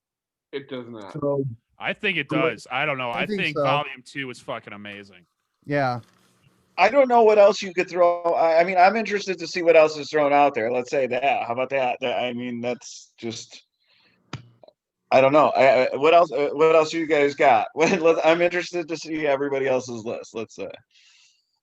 Well, my next pick is from one of the Netflix shows, Daredevil. yeah. Mm-hmm. I thought show. Daredevil was so faithful to the tone of the comics, specifically the Frank Miller era and the Brian Michael Bendis era. Just so much influence from there. The way they introduced Elektra and Punisher in season 2. Yeah. Kingpin was fucking amazing. Yeah. Vincent D'Onofrio killed it. Yeah. And he gave the Kingpin depth where you liked him. You understood why he was doing what he did. Yeah, for sure. I thought it was Kingpin was. I didn't. I see. That's the interesting thing is that I usually end up rooting for the villains, but Kingpin didn't grasp me quite like that. Like he's like, I gotta protect this side pussy. Like that's his whole motivation, basically. And Wesley. I love the character. My Like, I bottle, thought, Wesley. I thought the performance was great. I thought the villainous stuff he did was great, but I wanted him to lose. Like I didn't want him to win like I usually do with a lot of the villains. I didn't root for him at all. I thought he was a bad guy. I thought he was a bad guy. Like, I didn't have any love for him, but I thought it was a great character. That's one of those characters. Like, I was hoping they didn't drop the ball on, and they did a good job on it. I wish James Gandolfini did die. I don't think he's like Magneto, right? Like Magneto, he's a different villain, right? Because when you listen to Magneto, like, and you have Ian McKellen, like, they say they mean to cure us, but I say we are the cure. Like, you're going like, this is an amazing villain. Like, how is this guy wrong? Like, he's not wrong. Like, if I was a mutant, I would be totally Team Magneto, right? But when you see Kingpin, they justify a character that's like, you see his upbringing and you understand why he is the way that he is. And Vincent D'Onofrio, I think, did such a good job of making this honestly unlikable character still a villain that you couldn't look away from when he was on screen. Oh no, he was perfect. The things I don't like about Kingpin have nothing to do with him. It has to do with people that are outside of his control, like the writing and fucking shit like that. I love his portrayal. Wesley, bring my bottle, Wesley. And when he would get angry, but he's still calm, was terrifying. Like on screen, like the first time you see him like go into that truck and just rip out that Russian dude or the Irish guy, I can't remember what it was. It's just like, holy shit! Like that was intimidating. Like that'd be so fucking scary if like you're expecting a normal conversation, then all of a sudden this giant man just rips the door open and just pulls you out, and the camera smashes for that. Oh, smashes that dude's head with the fucking door. It just beats him to death. It was fucking like he had so many great moments as that. It's just that's undoubtedly the scene that sticks out in my head about that whole series, actually. Like mine actually, as far as him being the villain, was how much they took the time to establish that other people thought he was scary. Was like the guy from the bowling alley who kills the dude with the bowling ball. Yeah. When he meets him in the alley and he's like so shitting his pants that he even said his name. So he like stabs his head into like this rusty spike or whatever. Mm-hmm. He's like, oh no, I said his name. Like everyone else is scared of this motherfucker too. Like, and it's also, since we got to consider it as part of Daredevil, the coolest scene from the whole series to me was season 2 in the prison scene, which is, you know, the Kingpin and the Punisher have their little face off, and then all of a sudden the Punisher's got to fucking get locked in a cell and murder like 30 dudes. and it was one of the best fight sequences I'd ever seen in period. It was That so show good. has probably some of the craziest fucking fight sequences I've ever seen. Yeah. They got like a kung fu director to do that. But it didn't feel like it can't be kung fu though. You know what I mean? Like when you're watching Yeah, no, like Frank Castle slice through him, it felt like it would never. It's unlikely to happen in real life, but it almost made it believable at the same time. You know what? It wrote that it was so close. Like, man, this is like it's clunky. He's taking hits. It's not like he's like some untouchable martial artist. Totally. You know, it was good. But I think the hallway scene in the first season is like what we saw in season 2 was like the leveled up version, right? Like they always have to double down on the stairway fight where it's like several levels. Yeah. But the hallway, I think the hallway in the first season is the most iconic of we see Daredevil with the bandana suit, not even with the full red suit yet. And it established that like long shot, like he gets out of breath. You see them fighting and they get out of breath as they're fighting and they're getting fucking like, so I think season 1 Daredevil really brought a lot to the table aesthetically that then season 2 built upon, right? What was great about Daredevil, we were seeing the genesis of a hero. We were watching him as he struggled to become the Daredevil he was by the end of season 2 and through season 3. I agree. Also, by the way, Karen Page, fucking knockout, great love interest. Was that her name in that, Karen Page? No, I fucking hated her. I'm not gonna lie. I just Really? I don't like a She's the fucking nurse and the character that's reporter. always fucking crying. Why are you always crying? Yeah, I hate that shit. Oh my god! I shut love up. Perry right now. I want to see more of this Perry. It just makes me fucking nuts. Like This show we call the character who constantly cries Daniel Grinnell. Season 3 when she's selling coke, fucking dumping like liquor down an ice luge sculpture. I think that's where I'm like, all right, Karen Page, we would have been great together. And then even as you're older, we should get married. Huh? She's the reporter one, right? yeah. No, she's the lawyer who then Well, she's meets the with lawyer's Bender. assistant. I don't know. Yeah. I thought her character was fucking Secretary. stupid. Even like when they show her backstory and you're supposed to feel bad for her, I don't. You're a fucking idiot drug addict that killed your fucking brother. Fuck you. Shut up. Get out of here. I don't give a fuck about you. Maybe As exactly. an ex-idiot drug addict, I really loved her character. Did you kill your brother? No, but I would if I had All the right, chance. then you're a better person than her. All right. Right. All right. Before we go to our final round, I'm going to ask you a question. Answer real quick. What MCU character beside X-Men and Fantastic Four do you want to see have a series or a movie? Hold on. One quick thing about Daredevil too, about that hallway scene when he's out of breath. I'm just saying it showed the layers of like the levels that like he's not an Avenger. He would get smoked in the Avengers. He's not anywhere on their level. Look how he's struggling to fight through this one house. Like it just showed the differences in class between superheroes. That's why You think that he couldn't stand toe to toe with Scarlett Johansson as Black Widow? That's the only shot she has is Black Widow, but I don't even know if that's gonna work.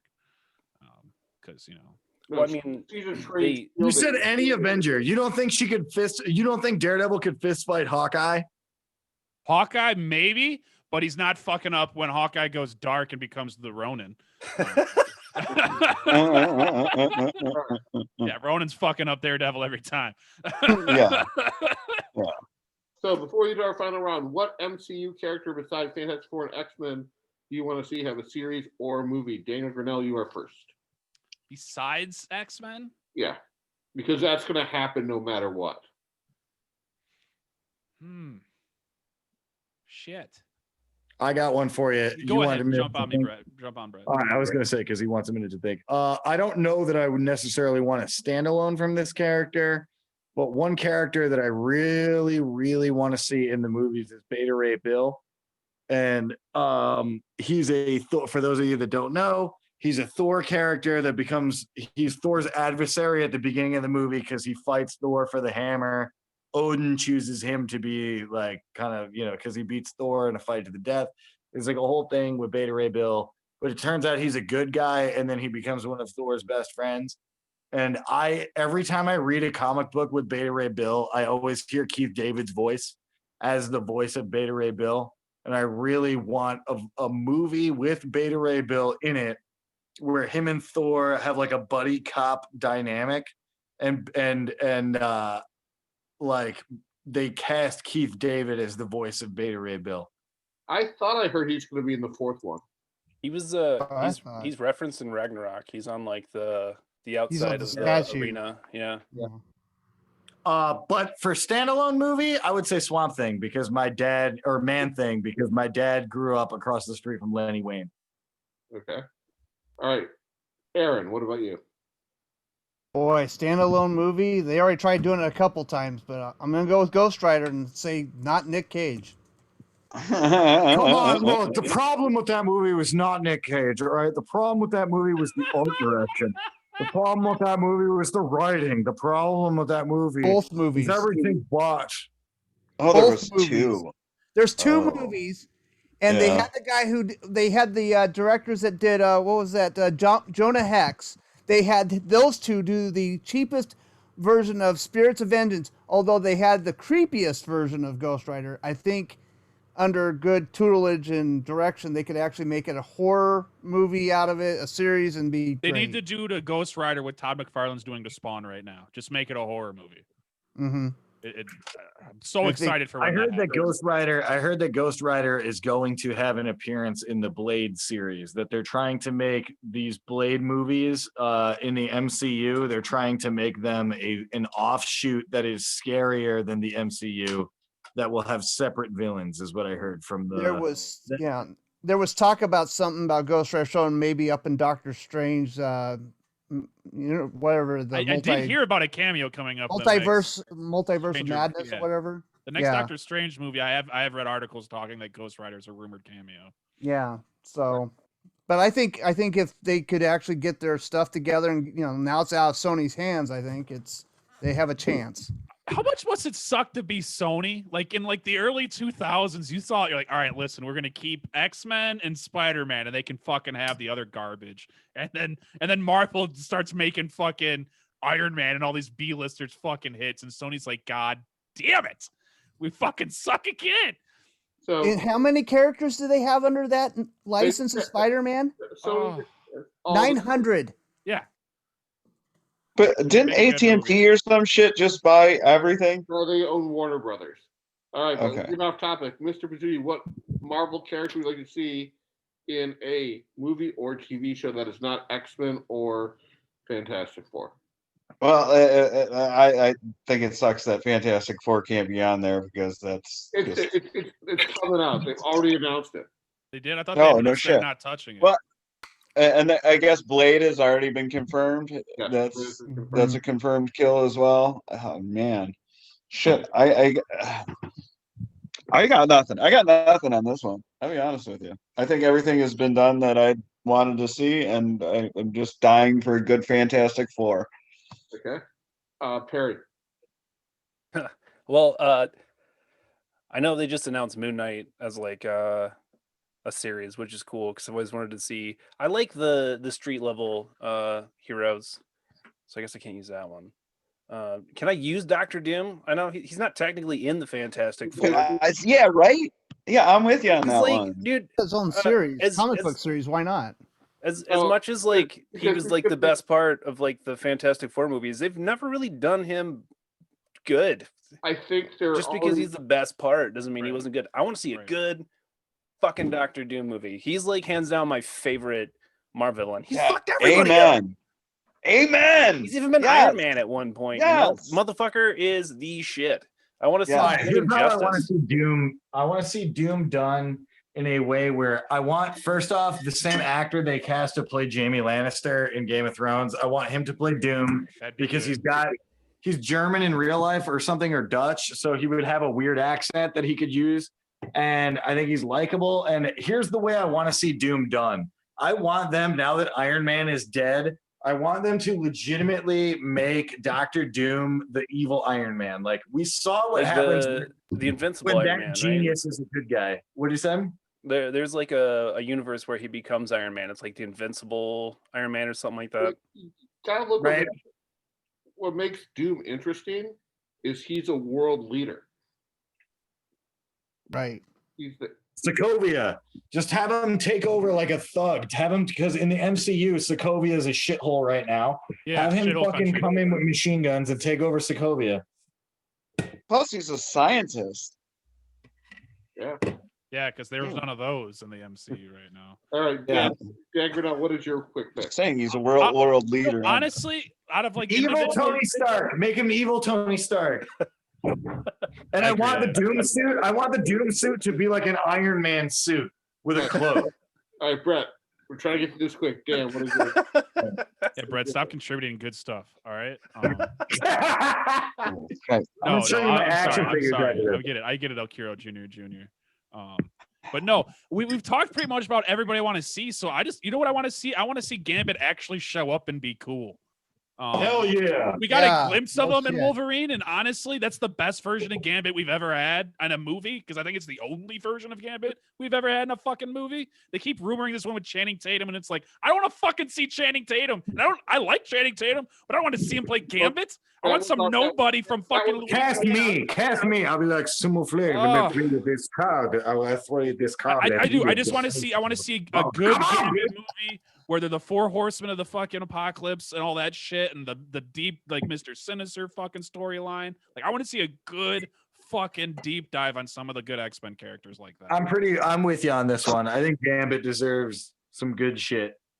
He's I'm gonna like the say most Colossus. popular X-Men, and nobody fucking, like, they've never No, done he's anything. not. How can you say that? Wolverine is clearly the most popular. Yeah, that's He's just he's Yeah. what everybody Also says, created but by like Lenny Wayne, X-Men who grew fans up are across always the like, street from my Gambit's so father. fucking cool. Like, Gambit's been like the cool kid's pick forever. Did you know that Like my father grew Colossus up is a across the cool street from character. Wayne? Colossus is a cool character. and they never made anything out of him, and he would be like one of the bad. Yeah, they did. He was great in the Deadpool movie. He's in Deadpool. He was But great he in was just a Deadpool. side character. He could have fucked every Yeah, he's single one not. of them up. Colossus is Character. not like a lead character. No. No. Yeah, but I'm just saying, like, if you squaring up, like, I'm He's been putting in my 4 money on movies, Colossus. okay? They've used Dude. Colossus. Gambit, Yeah. they've used for like He 5 did minutes. square up. period. He shoved an electrical cord up fucking Juggernaut's ass. He squared up hard. Yeah, and he fought That's Gina cool. Carano, who's one of the sexiest. But I feel on like the planet. he should be like the Hulk. I don't know. All right. They had a great fight scene with Colossus in the first Deadpool between him and Gina Carano. Gina Yeah, Carano I was looking agree. fine in that movie. Yeah, She got a little too. She got a little chunky in the Mandalorian. I'm not gonna lie. I don't care. I like a thick bitch. Like, goddamn. Like, I would let her suplex me. That is for sure. yeah. I wanted to crush my head between her thighs like a watermelon. It's like Amen. I honestly, I sit there and think about how Death good by the sex Snoo Snoo. between her and her boyfriend has to be, because he's like a world champion Muay Thai fighter, like the only American world champion Muay Thai fighter. It's like they probably have the best sex ever. dude, I would love to just watch. Yeah. That was That's an it. OnlyFans? We're just gonna leave it at that. If they had a contest, Watch her and her boyfriend. if they had a contest where me and Daniel would just win tickets to like sit in it, we'd be high-fiving the whole Oh, time. dude, like, it'd be the best day ever. I'm not telling anybody about it either. I'm gonna, it's all for me. I'm fucking loving it. Oh my god. All right. She's perfect. All right. So my pick would be Alpha Flight. Ooh, That the would be dope. Canadian That would X-Men. be Is that the real dope. all-girl one? No, the No. Canadian superheroes. They're not the Canadian X-Men. Oh, hey, you better stop there, Magneto. Eh? Yeah, you know. Alpha Flight, I thought Alpha Flight was a Canadian version because that's where Wolverine did come from, No, they wasn't were. it? They were not. They weren't all mutants. So Okay. the version of Iron Man, they had They're a all just magician. Canadians. Just a bunch of random They had hockey Steve- players. They had Steve. We're the Alpha Force. Hey, let's quit Like calling hockey it. players Let's and go fight some Wolverine. superheroes, eh? Hey, Go they for had a Sasquatch. Ain't no Did metal anybody here, ever Magneto. watch Venture Brothers? Hell riding Yes. moose. Yes. Did anybody No watch team's Venture Brothers? no team's a did. good team without a goalie. In Venture Brothers, they had the Peril partnership. It's like they were like the Guild of Calamitous Intent, but in Canada, and they were called the Peril Partnership. The Mounties. Captain Canuck. Captain Canuck. Okay. All right, we're going. All right, let's get to our final round. Let's do these quick. Dan Grinnell, what is your final pick? The pressure, man. We've hit a lot of movies. There are some right? glaring omissions. Trying to think about some glaring omissions here. What is missing from the list? I'm going to be honest with you. I liked Civil War. I'm going to be completely honest. I thought loved it was it. fun. I thought they did what they could realistically with that saga without making it last 5 to 10 years, which is what if they did the full Civil War arc, they would have never gotten to Endgame. Something would have happened and we'd have never ever actually gotten to Endgame. I'm almost disappointed that the Disney Plus TV shows weren't a thing then, because I think Civil War could have been a 10 episode hour-long series. Right. They should have really done there. Yeah, I agree. That would have been perfect for that type of setting. But considering they had to make a 3-hour movie. 3-hour movie, I think that it was as good as they could have made it. Zemo was fucking awesome. I thought he was perfectly cast, perfectly written. He displayed what made that character so good in the comic books was that he knew he couldn't win a fight against the Avengers, so he always knew he had to conquer and divide, or divide and conquer. I mean, and they portrayed that perfectly in the movie. The problem with Civil War is that it was more like civil battle. Yeah, because they had one movie. Yeah, they had to minimize it. It had to be minimized. Yeah. I mean, I think it was great. It gave us the first look at Spider-Man. And Dan, it could not be considered a Spider-Man movie because he was the highlight of it. Like, Punisher was the highlight of Daredevil. That's not true. See, the comparison would be equal if Spider-Man was in 60 to 70% of the movie. Then yeah, I'd probably argue with you. Like the Punisher was in majority of Daredevil. So You're really fuck stuck off, on this, Junior, aren't you? Junior. Yeah, it's still called Daredevil Season 2. You're calling it Daredevil Season 2. Even And it's when the you're highest rated season. I can't imagine why. It's almost like they had a way better character there the whole time. And Electra. Fuck. All right. But You know what's the funniest part about the Punisher in that is that like you can always tell when he's about to fucking kill somebody because he just goes. Yeah, he's gotta get fucking shit. Like, Do you not know any like combat veteran Bernthal. Marines? They're fucking crazy, man. They Oh my God, Bernthal! He's such a good Punisher. He is. Like, It's fucking fantastic. Dude, he fucking no, I love it, it's Daniel. By amazing. the way, I'm just talking shit. I love it. I love that shit. You're damn right you fucking love it because it's amazing. Dude, in the diner when he Han Solos that guy under the fucking table, Perfect. just like bam, bam, bam, bam, bam. Fucking All right. Season 1 when he's bashing that Haji's fucking head into it's just like a bloody pulp on his neck. There's just a stump, and like that's just like flashback to Iraq. I was like, Jesus Christ. Great scenes. I didn't bring this up, by the way. This is El Curo's fault. Yeah, this is your fault, El Curo. why is it my fault? You brought it up. You knew this was going to be a topic of contention. I've been on here a couple times. I think you know how my responses go. Well, we just met. We just met for the A bunch of whining and bitching, you mean? Yeah, passionately. It's just like my set. Anyways, I think my big thing with Civil War is they set up like this big, there's like all this tension between these characters right at the end of this movie, and then in like the next Avengers movie, it's just like, oh, it's fine. I don't know. It seemed real silly to me. There were Makes sense, lingering though. problems. It wasn't enough. I mean, There was. Because It how they just ended is the not- movie, he was thinking about calling Captain at the end of Civil War already. So at the beginning of the next movie, it made total sense. I don't Yeah, know. but they It even show that Captain America during the beginning of Infinity War is still on the lam. Like he's still being hunted. I mean, they're by- still on the lam. I'm just mean like the tension between him and Tony Stark. Just it's I don't know. I feel like it should have been more. It stayed through half of Endgame. I It don't stayed know. through all of and they were Endgame. still If you would've talking called- shit. If you would have Yeah. called They were Captain still America at the talking shit the whole beginning of Endgame, that'd have been the end of the fucking movie. That's it. It's over. All right, we And he's stopped. like, it I'm right not going now." to call him. We're not exactly on good terms. Like, Yeah. I don't know. I just felt like Have you ever wasn't had like a enough big tension left. blowout with like a best friend that like you guys didn't talk for like a years? No. Well, then you can't never. relate. I've been in those situations, and you know what? It kind of like I'm that. All pretty of a sure sudden- if one of my best friends each knew other, his and it's friend just- it's killed my back to like parents you and hid were. it from me, I would write that person off completely. Well, I mean, It's like, fuck that guy. but think about what that You're the event worst. is on like your scale of things. You know what I mean?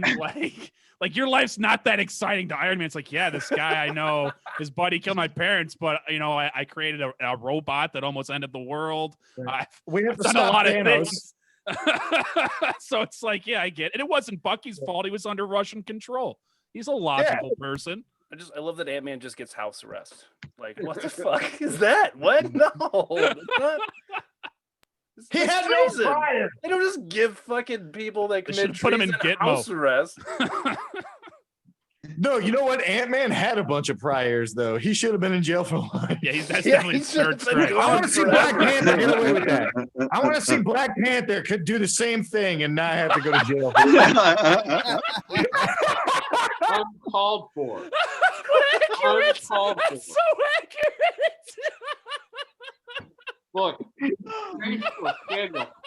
Daniel, based on some of the things that were said last week, we lost our only sponsor of Peacock.com. I couldn't imagine why. Well, they don't know what funny is because that was hilarious. Well done, Brett. Wait, what? Did you really have a sponsor? Yeah, Peacock.com. Not the network, not the NBC Peacock, but a porno thing called Peacock. First of all, The portal thing. literally and figuratively.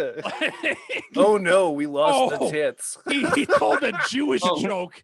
Let's get off this site that shows triple ramrodding and buttholes. All right, like, they're too aggressive with their words. Look, I am. We could have had some money coming in. Sorry, I could have afforded to pay Mr. Pizzuti even more. I could have deep throated this microphone till I threw up, and they wouldn't have dropped sponsorship. But they dropped it over probably something I said last week. True, you push the limits with Peacock.com. Oh, yeah, I did kind of insult literally them a lot. I forgot Yeah. about that. It was Yeah. a piss porn site, isn't it? That was the joke. All right. Yeah. That makes sense. Let's bring it up All right, again. so if I were to start a podcast, I stand by the joke. It made I'm sorry. Aaron, what is your next pick? Rob would have appreciated that joke. Oh Don't boy. mention his name. Yes, please. I'm going to go with Infinity War. Just hell because yeah, that deserves to be all on the because it ends on such a down note. It's like Empire Strikes Back. It's like, holy crap, we got our asses beat. We got them handed to us. Now what the freak are we gonna do? And you know, you're watching people just disappear because of the snap, which you're like, Thor, cut the freaking head off. Why did you go for the head and you didn't do that? And you're like, oh, it was just heartbreaking just to kind of watch how everything was just falling apart. Dude, Infinity War was also like just a great Thor movie. Like when you really think about his whole arc and where he comes from and how much Thor had lost at the beginning of that movie the most, I think, out of anyone. And everyone had died, and you're really seeing Thor in all his lost bottom of the barrel moments. And Thor just in that thing. And honestly, man, this is why I hate so much what they did to him in Endgame. But in Infinity War, we see the best version of Thor that we have seen throughout the series, and he gives that motivational speech too, where when he's hanging out with the Guardians of the Galaxy, and they're like, "Isn't like everything lost? Isn't everything gone?" And he's like, "No, like I still have something to do. Like I got to kill Thanos. Like, and it doesn't matter if he's defeated 1,000 people. I've defeated 1,000 people. Like." I need to get out there and keep the fucking goddamn going. Like, because if I can't keep going, then what do I have? You know, and he has that whole speech in there, and then Thor coming back into grips with himself. Like even though he doesn't have the hammer, he finds the new weapon. And, you know, like that whole thing was so good. And I think Thor's arc in that movie was the best. But that was like because in all the Avengers movies, I feel like they've tried to like take the lead character and try to give him a little focus on the other members of the team. So like in the first movie, you know, I mean, they're all basically Iron Man's movie, right? Until the very end. but we get a little more depth in each of the side characters every time. And I think Infinity War was like the best version of Thor that we've ever seen. Yeah, It definitely had like the best like fight entrance, you know, like when Thor joins the battle in Wakanda, that shit was fucking epic. That was lit, and fucking Rocket Raccoon fucking everybody up. Well, and then, and then the weirdest Ruffalo, moment. like, oh, you guys are screwed now. Yeah. Oh, you're totally fucked. Thor And then I like comes in. the weirdest moment where you see Peter Dinklage as a giant midget, and you're just Yeah, like, that this was is the best. what the That was fuck? the best. You're a midget. What's bigger than you? Okay, let's not find out. My hands, they took my hands. Fucking weird. That was a weird scene. How long do you think until he forged his hands into pocket pussies? Like after this? How long do you think it took till he's like, I gotta do something here?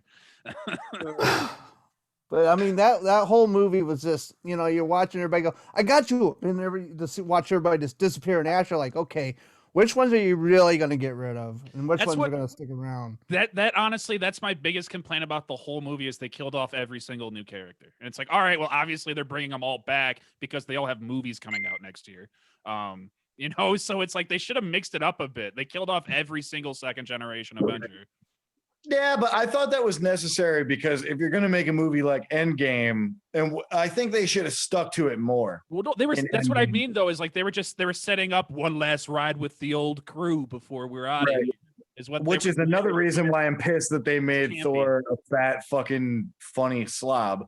Yeah. It was like even though it was a good joke, it was like so disrespectful to his character that they've established over movie and movie and movie. There were like 10 movies that had Thor in them. And then all of a sudden they turned Thor into like this fucking bumbling idiot, even though throughout the series, he's been like the most level-headed, like this dude's 1,000 years old. Well, I mean, they didn't like, just make him some bumbling idiot. They had to try to portray like high level PTSD in a movie that kids are also going to watch. I mean, all right. Yeah, I've heard that argument, and I think it's fucking bullshit. That's what they were going. I don't buy it, dude. I think they had to dumb Thor down because they had to bring in these other characters that they needed to like, okay, we know Thor, we've established his power level is like over 9,000 by the time that Endgame comes out. So we have to make him a fucking slob so it doesn't look like he can fight Thanos. And then another part of it, I think, was Chris Hemsworth really wanted, he was like, hey, as an actor, let me guess. You didn't like the part where they made Thor into a slob. Yeah, no, I didn't. You mentioned that like 19 times. This is his 35th explanation on why he hates it. No, but I think the reason they did it was not for anything story related. I think the reason that they did it was because Chris Hemsworth was pissed because he's a versatile actor, and playing the role of Thor, he wasn't getting a lot of acting diversity. And he realized that everybody loves Star-Lord, so he begged the studio to let him be. I would agree with you if Ragnarok hadn't already came out. Yeah, but they went a little step further, didn't they? Yes. I didn't hate Chubby Thor. All right. I didn't hate Thor really either. All right, so real quick, should we count Infinity War and Endgame as one movie? Well, then it's the best one they've made if we do that. I mean, yeah, that's unfair. I think Infinity War is a separate movie. Yeah. Okay. I will say the scene where like Peter Parker is kind of deteriorating into dust. That was a hard one to watch. I might have teared up. I'm teared up just a little bit. Sure. It was hard to watch. Kid that never knew his father, dying right in front of the new father figure. Yeah, I choked back. Yeah. Oh, yeah. Yeah, just you're like just... Oh my God, are you gonna cry about your dad again? I'm about to cry about it right now, thinking about it. That's an emotional part of the movie. Talk about Dan's dad. And I appreciated like Doctor Strange, like when he was going out, how he said there was no other way, and like he didn't seem concerned at all whatsoever. I mean, that definitely like and then the panic gave me a when little bit of Tony hope. gets stabbed because everybody. Oh my God, yeah, that was intense. We all thought he was gonna die. Yeah. So it's just like, oh shit, it happened. It happened. You're like, oh fuck! Dad!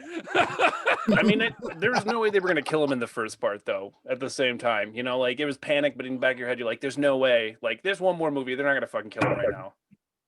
Yeah, but we didn't know that the first. We kind of like, right. What?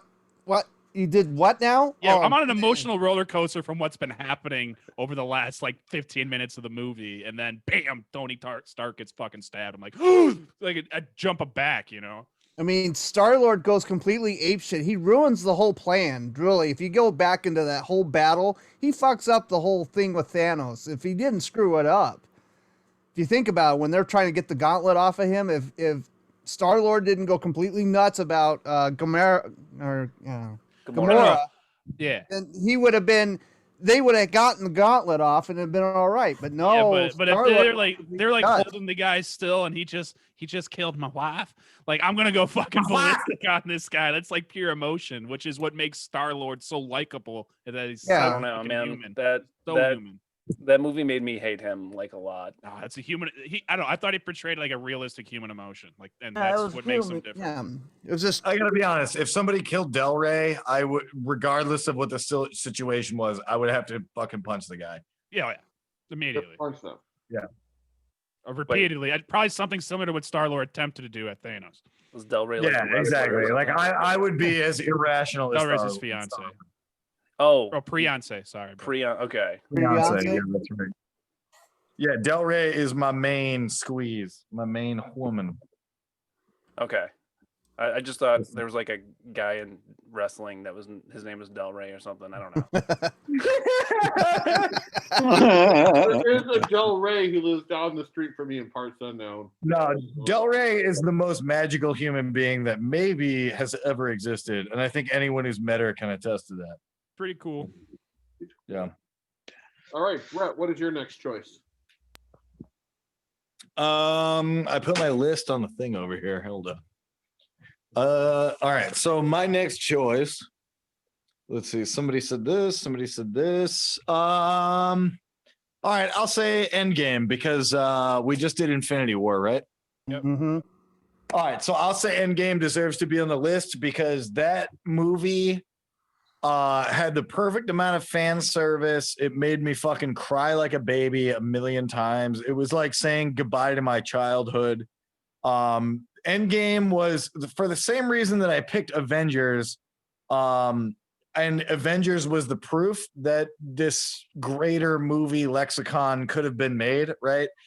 Endgame is proof that it can be concluded and you can really make something spectacular. And when I see Captain America on the bench talking to Falcon about how he's going to pass the torch and how he was with his wife, it fucking makes me choked up. You know what I mean? And I remember crying with Del Rey in the movie theater watching this multiple times, and Iron Man dying. You can't just gloss over that. That's one of the Yeah. It's the biggest moment in the entire series is the death. Well, of Iron Man Tony Stark. dying for sure, but here's the thing, like the way, because okay, growing up, I fucking loved Captain America, and I'll throw it in the group chat after this. But my mother made me like a Captain America costume that I wore to school pictures in 5th grade. I'll post it in there. It's hilarious. But Captain America was one of my OG favorites. I mean, along with Iron Man. But when you're watching the thing and you see Captain America die, right? Then you see you see Iron Man die. Then you see Captain America conclude his storyline. You're getting hit with all of these punches over and over again. And as much as I have complaints about what happened with Thor and how this whole series He got fat. Well, he was the whole series was grooming. They were grooming Thor to They were grooming Thor to be the leader of Asgard. And then all of a sudden in this movie, he just decides he doesn't want anything to do with Asgard. And he throws the keys to some other chick and then fucking just hang out. My phone's dying. Shit. Phone's powering down. Give me 1 second. I'll be right back. So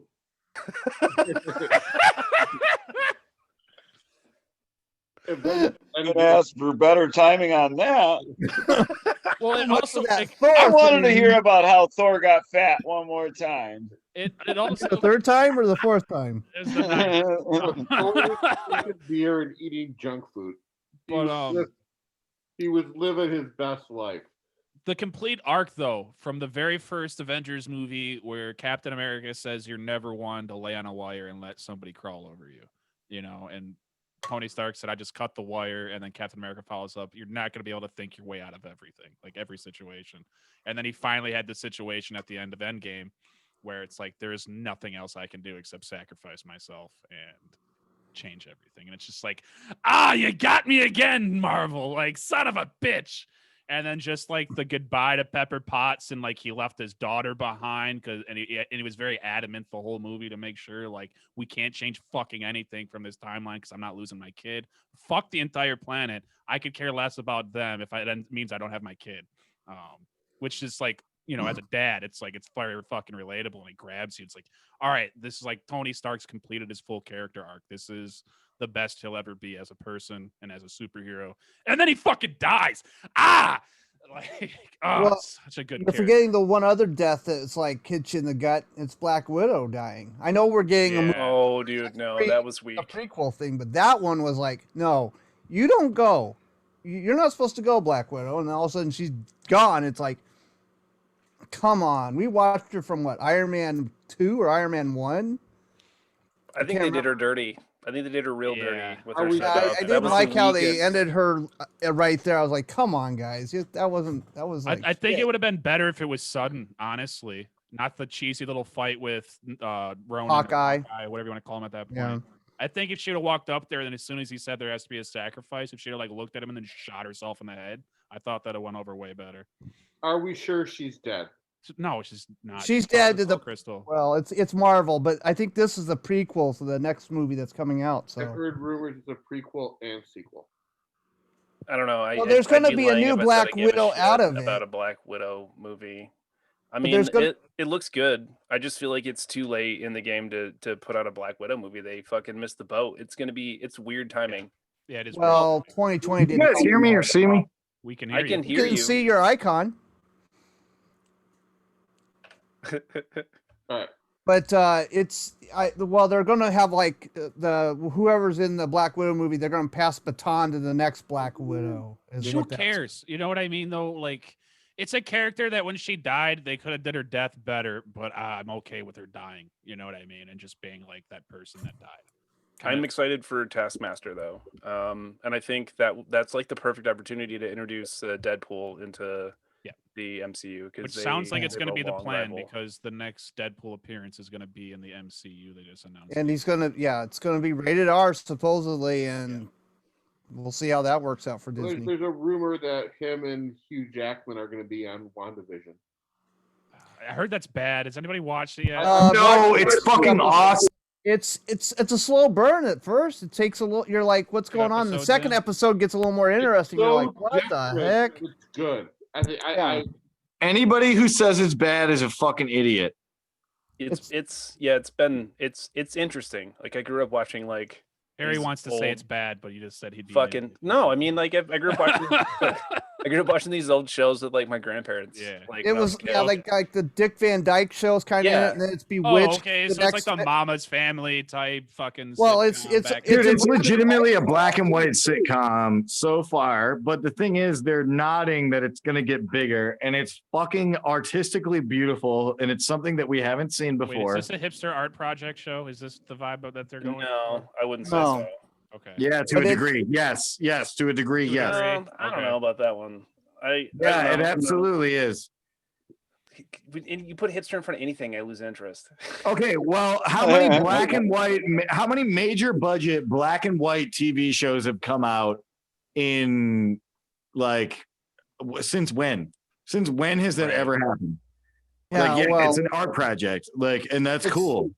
But it's only for the first 2 episodes. Now they're going to go into the 60s. It's changing into the 60s. Yeah, they're hitting a multitude of different eras of every type of sitcom that's ever been made. So it's an art project. They're going to hit the Brady Bunch, and then it's going to hit Family Ties, and who knows what's after that. That 70s show, I'm sure at some point in the first episode, they had that 70s show mother in there. Oh yeah. Oh yeah, she was. Yeah, that was awesome. I love that. I want Red to be a dumbass, and he's just yelling at Vision. I don't know. Break my red foot up your ass. I mean, they definitely explored like Vision's character a little bit more, which was cool. Like showed sides of him you don't get to see in the movies. So I'm He's interested the to best see. worst actor ever. I just want to say Paul Bettany, how dare you? He's just like a good the actor. greatest bad actor ever. Like he's not a good actor, but he's a great actor at the same time. Like I don't understand it at all. Like I'm like this Did guy's you not watch A Knight's Tale? Did you not watch A Yeah, it's Beautiful called Mind? Aladdin's Tale. I get it. That's what I mean, though. Like he has moments where I love him, but then he has things like Legion, that movie he did, or a ton of things he's just been in, which were awful, and he's bad in them as well. Like he's also Bad director. No, I'm saying there's movies where he's not just like it's not just writing or anything. It's just he's just not good. Like he's so weird. He can be so good and so terrible. He was good in he was good in Solo. He was a good villain. He was a good villain. Yeah, I agree. Yes, he was very good in Solo. Bad movie, great villain. Yes, he was very good. Yes, and it all gets back to story and direction. I mean, how the fuck do I get my camera to work again? What's that shitty vampire hunter movie he was in that was total garbage? Priest. Yeah. And Carl Urban in it too. It's like, how do you fuck up a movie with Carl Urban in it? Oh wait, Doom. I forgot about Doom. Yeah, you forgot about Doom. With Dwayne the Rock Johnson, who he only was does the worst good part movies. of that. Doom was the worst. Oh my gosh. That was like before The Rock figured out how to act, and he Oh my god. And they made such a big deal about, hey, we're going to do a first-person shooter, scene in this movie, which was cool. It was the only cool. cool That part was of the movie. like 5 minutes of the movie. The rest of it was utter garbage. It was just utter garbage. I mean, you gotta look at other movies too. I mean, like Sam Neill. You love Sam Neill? Okay, you love Sam Neill. Vince Neil. Well, Sam Neill, like Jurassic Park. You love him? Okay, great. Event Horizon, I hated it. I know we're off topic. Get the fuck out of here. Oh, you fucking fuck yourself. How dare you talk shit on Event Horizon? What the fuck Oh, is I wrong will. with you? We were watching different movies, I think, because that movie was fucking phenomenal. Hey, Perry, you got to add me on Facebook. I think we can get along. All right. You like Event Horizon? You like the sword? Well, I just made a friend. Do not diss the acting talents of one Dwayne the Rock Johnson. He didn't was used terrible to be in good. Doom. He was He's terrible in Doom. It's not the greatest, but that was like Scorpion King first, too. Wasn't that was first movies he did though? Yeah. Oh yeah. Perry. Scorpion King and Doom were like 1 and 2. I'm not hating on Dwayne the Rock Johnson. I like Dwayne Johnson. I do, but he used to be a fucking stinker of an actor. He was like he was still like stuck in that WWE mentality. It's when he was like, trying. I'm gonna fucking rock bottom you. Perry, You know, you just the whole lost eyebrow thing. Can you smell what the Rock is cooking? All right, finally a voice he can't just do. lost us our newest sponsor, the show Young Rock, coming on NBC in February. I liked him. He's good now. He's good now. Buddy coming to the show, but you just ruined him. He's good now. I said he used to be bad. He's better. The Rock has been great. You might say he's the most electric actor in movie entertainment. Electrifying? Yeah. I mean, Mr. Pizzuti was so excited about us being the official sponsor of Young Rock premiering on NBC. That's because he thought he got crack on the side for it. That's what he was. He was like, I can't wait for these endorsement products to come in. Pretty cool. I was gonna get something for shooting the eyebrow.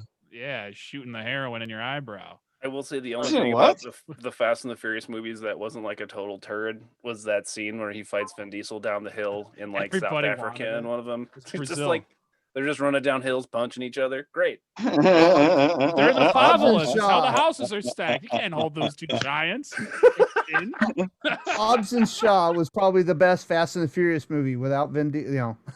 Can you even put the best and Fast and Furious in the same sentence? I really love the first like movie. 9 of them out there, or 8 of them. Let's look There at was this. there was that creepy send off they did with Dead Boy's face. What's his name? Hey, that was not creepy. That was very that sad. was creepy as fuck. That was was the creepiest CGI I've ever seen. The CGI was bad. Oh yeah, it was Yeah, bad. it was bad. But I like felt uncomfortable. the message was cool. I felt like he was haunting me through the screen. I was uncomfortable. His like, brother no! was the actor they threw his face on too, and I'm like, apparently his brother looks nothing like him because they needed a lot of CGI. All right, we got to get through. We got to get through this at some point tonight because I got to work on the album. Good morning, Perry. What is your final pick? Well, I guess I'm just gonna go with Far From Home. I already said a Spider-Man movie, but Spider-Man's my dude. You know, I guess he's definitely like one of them characters when you think about it. It's a stupid fucking name. But that movie was dope as fuck, and I just love Tom Holland's Spider-Man. I'm a little worried about the third installment because it seems like they're like same thing with Thor though, I guess, where they're cramming a whole bunch of shit into one movie, and it seems like they're completely ignoring the end of Far From Home. We don't know. Oh, really? It feels that way. There's like a multiverse thing. From what like, I heard, all they're the basically Spider-Mans are going to be involved. they're basically taking the Spider-Verse movie that Sony made and they're converting it into the MCU. So Garfield will be in the movie. Maguire. Maguire. So will the guy who played Dr. Octopus, and then Jamie Foxx will also be in the movie. As Oh, Electro. It just sounds like it sounds like fucking Spider-Man, Amazing Spider-Man 2 and Spider-Man 3 all over again. It seems like they're going to take something. I guess Amazing Spider-Man wasn't great to begin with, but they have a better group this time. They're gonna though. take, You know like, what I I mean? trust in the MCU. I trust in the MCU, and I also trust that what they establish in this movie will be the good way of bringing the Fox X-Men into canon. Yeah. Which would make Logan, which would make all these other great movies. Well, they're gonna erase all this the is a stories Spider-Man from movie it. though. They're gonna let's take do all something those else with X-Men. Let's not work because now you're adding another element to it. You're gonna add X-Men to it too. Now, fuck, this is a whole bunch of shit No. in one movie. Disney hasn't produced troubling. anything bad in like 5 years. You know, outside of the Star Wars. I get it. It just Second seems Star like a Wars lot. movie. It That seems like a Thor lot. sucks! But yeah, Far From Home was great. Again, they utilized a villain that we haven't seen on the big screen yet. They did a really good fucking job of it. Looked I went just into like it knowing he was a villain, but anyone who doesn't really know Spider-Man, like most of the people that are into the MCU nowadays, they're like, "This Mysterio guy's awesome. Oh, he's gonna be another Iron Man." And then at the end, they're like, "What? He's a villain?" They did a really good job of like doing that, and still like people who knew who he was were still into the story. Like it was a really cool fucking movie. thought it was Dude, an interesting take on the- Mysterio was one of my favorite villains, one of my favorite Spider-Man villains. I can't wait to see if they do Kraven the Hunter. I supposed can't to wait. be. Do Supposed to be Craven a the movie, Hunter, aren't that they? whole thing where he gets, he kills Spider-Man. That would be the awesome movie. Why to do watch. you want to I kill would love to see Spider-Man? a movie. I would love to see a movie of Keanu Reeves as Kraven the Hunter, just John Wicking and fucking murdering motherfuckers to get to Spider-Man. I love would that love I'm over here like, oh man, I love Spider-Man. This is my favorite part of the MCU right now. And he's like, oh, I'd love to see them kill Spider-Man. Because they're making Morbius. I think they're making Craven. You know they're not going to actually kill him. It's Marvel. They just It's bring him Mar- back. and even in the comic books, No, they'll Spider-Man kill him and comes they'll out bring of him the back as grave. Miles Morales. More lefties will watch it. Exactly. You That's read that exactly little- right. We already got Donald Glover slated to be the Prowler. Yeah, Yeah. He showed up in. man, he would have been a dope. We just Miles have to find whatever this generation's equivalent to Lil Bow Wow is and make him Miles Morales. As long as it's not Nick Cannon. I fucking hate that guy. Oh, it's not. No Nick Cannon. He's too God, I old. hate him. He's Miles so terrible. Morales. A weird guy. You ever watch that Masked Singer show? I'm like, this I show's think great. Michael B. Jordan should just play everybody they're going to cast in the future. 'Cause I'm really bummed he's not Michael in it B. anymore. Jordan plays Miles Morales and the Prowler in the and same movie. Warmonger. Like, and he also plays Miles Morales' mom and dad. Yes, like this is in amazing. like an Eddie Murphy, like God, Meet the these Clumps. scenes are good. Yeah. Right, it's like the Nutty Professor, and it's just all Michael B. Jordan playing every member of the The family. age, yeah. If I was a billionaire, I'd fund this movie right now. Like, sold. Give me Michael B. on the phone. Cool. Mr. Pizzuti, that's your final- Cool. what is your final pick? I'm left with nothing. I guess we'll go with Ant-Man and Wasp. It's just what's left on the list, I guess. That's a good That was- fucking movie, though, dude. That's not like just what's left. That's a good movie. Really good movie. Yeah. Yeah. Did anybody do Yeah. Ultron? I mean, I thought it was funny. I thought it was a funny movie, and I enjoyed it. There's no doubt about it. It was one of those movies that was fun, but it was just kind of, I don't know. I felt like it was a similar. I don't know. I It's the first truly one. enjoyed it. Yeah, you The, throw Michelle Pfeiffer in anything, I'll fucking watch it. Oh my Full god, fire. I'll destroy her. I would happily disappoint that woman. She doesn't do it for me anymore. I mean, she doesn't do it for you anymore. She's still a fox. Nah, not to me, man. And I like older women, but she just didn't age. Her and Nicole Kidman both are out of like my sight. No, It's the nose job. It's the compare her to plastic fucking surgery. The Nicole plastic Kidman. surgery Is that fucked it? them up. Is that it? It might It's be the it. plastic surgery. If We they both would have have that aged receding gracefully, hairline you'd still shit, want to dude. destroy them. What is that? They both have that like receding hairline. Their foreheads grown like 5 sizes since like their No, it's the facelifts. It's the would- facelifts. I would still hair wear her fucking- as a mask in public. I would all about it. What is that? Nothing. I love, I'd and that's still the thing fuck that sucks Michelle too. Pfeiffer, by the way. It's 'cause, Nicole like, Kidman Michelle doesn't do it Pfeiffer for was me such anymore. a fox in Batman Returns, and I loved her, and I love Nicole Kidman in Batman Forever. Total stone cold fox there, but I'm not attracted to either of them anymore. It's weird. Yeah, it's because they got too much plastic surgery, so they're weird now. Sorry, but yeah, Ant-Man and Wasp, solid movie. Yeah. Great moments. The ant with the GPS tracker, the house arrest device on. That there, was like, playing hilarious. The drums, the fucking the agent that was assigned to Paul Rudd was fucking bringing great laughs the whole movie. Top 10 though. The Pez dispenser. I got The a kick out Pez of that. dispenser. Yeah. Yo, top 10 though. Probably not. Have we Oh. said Age of Ultron yet? Age of Ultron is not top 10 material. The only good thing about that movie Are you was shitting me? Ultron. Ant-Man 2. Ant-Man 2 is top I would 10, but take Ultron is not. I just We're said at, like, Ant-Man 2 is not Age fucking of top 10 Ultron. material, but fucking Age We're of at Ultron pick was a 15, 16, was a 17. fucking shit show. That fucking You movie shut your was not whore that mouth. great.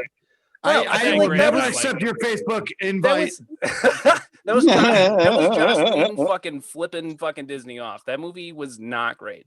There were a lot of things that came out of that movie, like Vision and shit. And Ultron was fucking fantastic. James Spader, holy Yeah. fuck! I bring him back. Bring him back. He was a fucking brilliant villain. Everything Dude, else about that movie. the whole scene of the Avengers hanging out, trying to lift Thor's hammer, that was Yeah. fucking great. Making them real. Yeah. And then it was like, oh, they're all, he said a bad language word. Like that whole opening action scene was fucking sweet. Everybody likes to shit on that movie, but that movie was fucking awesome. It does have Like- my favorite Stan Lee cameo in it. When they're all Which at the one bar was that? during the party, and then like Thor brings out some of the liquor. Oh, from yeah, yeah. Get them fucked up. They're all like, "We were on Omaha Beach." Right.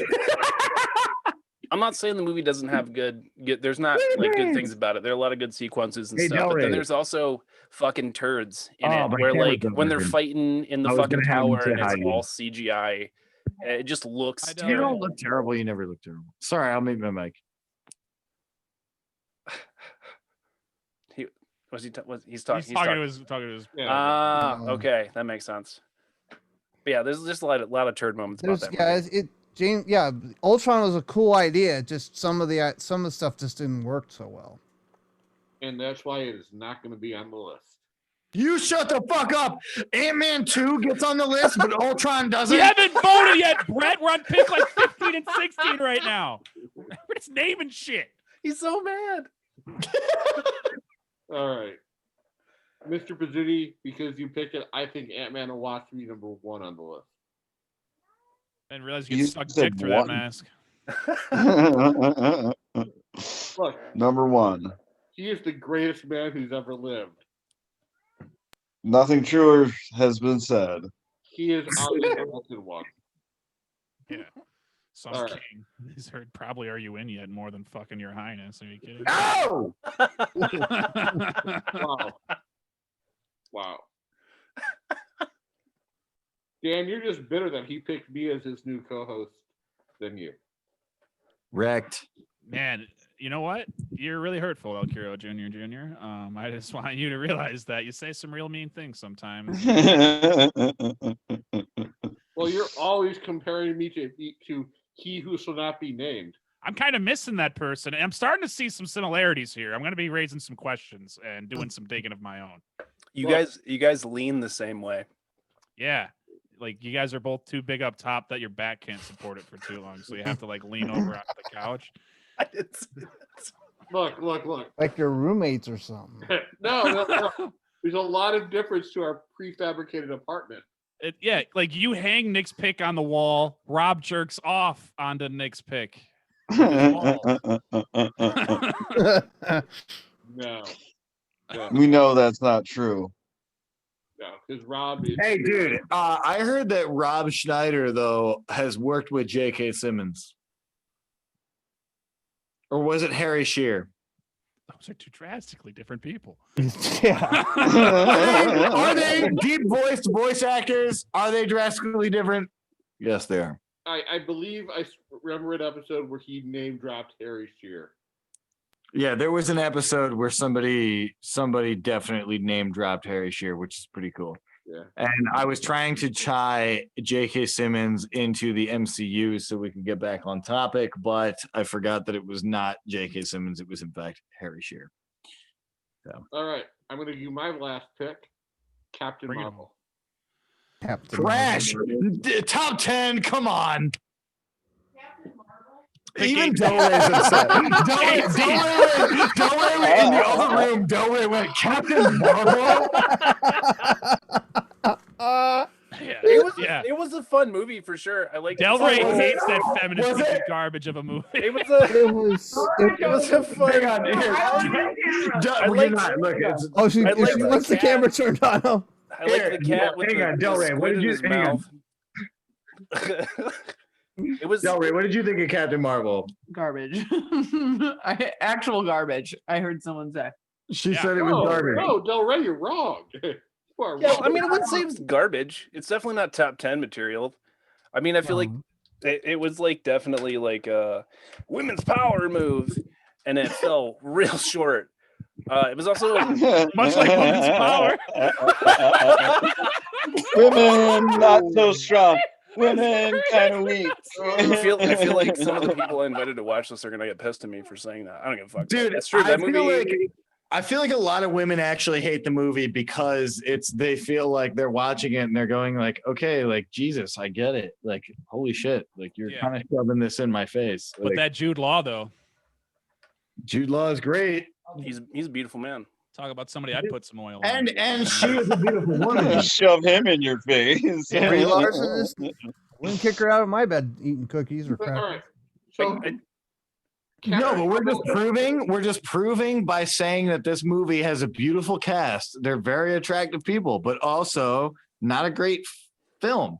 Yeah, So we're story proving that fucking we're not really- shallow, really, is what we're doing. The story wasn't great. The characters weren't entirely that interesting. This hero The has stupid- amnesia and can't remember who she is. The Nick Fury. I had to say, she was a thing little with his eye was robotic. stupid. There's like a lot of things about that movie that were just really silly and forced. How fast That can was good. travel? Like, what the fuck? Like, they're like, hey, she's on the other side of the universe right now, defending galaxies over there. They're like, hey, Iron Man needs a taxi. She's like, blink, hello. Like, what the fuck? Did she have a homing beacon? I don't understand this. I think you wouldn't be making this complaint if this movie was led by a man. Well, yeah, men are faster than women. Oh, God. Look at Usain Bolt. I mean, tell me one woman faster than that guy. No one. There's got to be one. Captain Marvel. Captain Marvel. Damn it. I do like Captain Marvel's character. I just feel like they could have done more with it. It's just a waste. What? She went to a blockbuster. How can you talk shit? Then they gave her the female empowerment haircut, and the next time we see her, like, Oh, the worst. long That's hair. another reason why Endgame fucked up.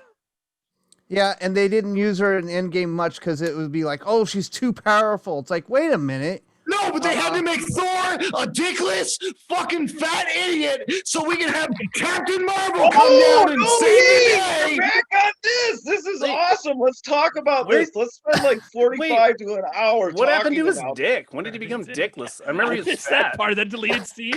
Was that behind the like scenes? Morgan His dick Freeman went inside him. narrating. He got so fat that he couldn't see his dick anymore. I'd like It to tell became you an that idiot. Thor put up the good fight against the sisters. This is slowly becoming my favorite scene ever in the history. Brett, we got to start wrapping things up. So let's make our top 10. Who believes the top 10 should be Guardians of the Galaxy, Avengers Infinity War, Spider-Man Homecoming, Iron Man 1, or Captain America the Winter Soldier? Like which one from those? Which those one's are gonna number be? one? Which one of those you should be number one?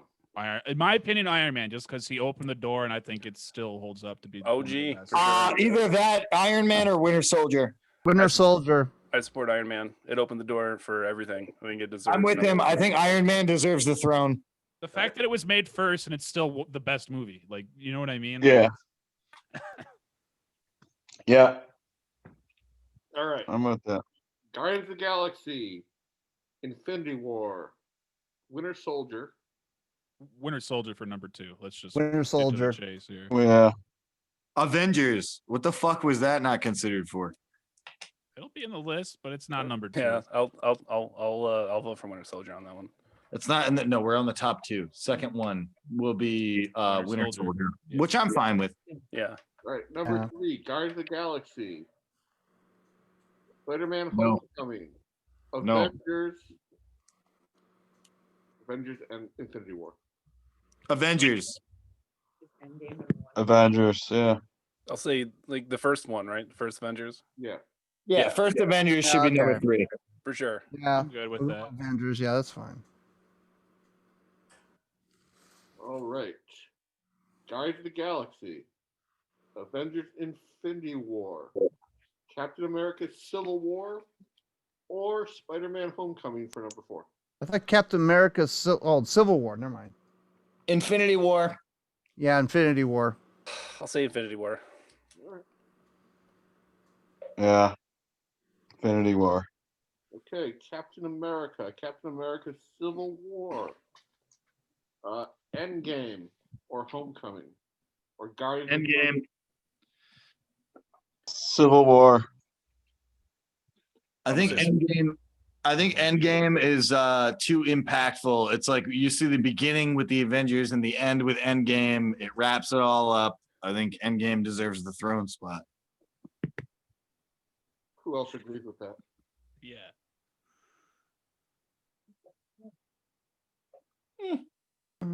Oh, I hear them. Guardians of the Galaxy, Spider-Man Homecoming. Because it started it all. What is that? What was it? Spider-Man Homecoming, Civil War, or Homecoming, Ant-Man Wasp, or Guardians of the Galaxy for number 6. Civil War. Civil War. I'm gonna say Guardians. Guardians. Who else? Guardians. All right, Yep. Guardians. Guardians goes. All right, Captain America. Oh, we didn't have the first Captain America here. All right, Captain America Civil War, Spider-Man Homecoming, or Infinity War. We have Infinity War at 4. Didn't we already put Infinity War on? Yeah, Infinity War's already here. Yep. You're talking Endgame then. Endgame's at 5. Yeah, so Yeah. Spider-Man Homecoming, Captain America Civil War, Far From Home, or Black Panther. Or Thor Civil War. Ooh, I'm saying Black Panther. I didn't Black realize- Panther. Civil War? Black Black Black Panther. Black You think Black Panther. Panther is better than Civil War? It I has would the say best Civil War villain, in on my that opinion. one, but Yeah, that one didn't slip. Yeah. You think you really think a standalone is better than Civil War? Actually, we've named several standalones that are better than Civil War. Ugh, you guys are fucking idiots. Yeah. The Coming from the guy whose introduction of camera Black doesn't Panther, work. by the way.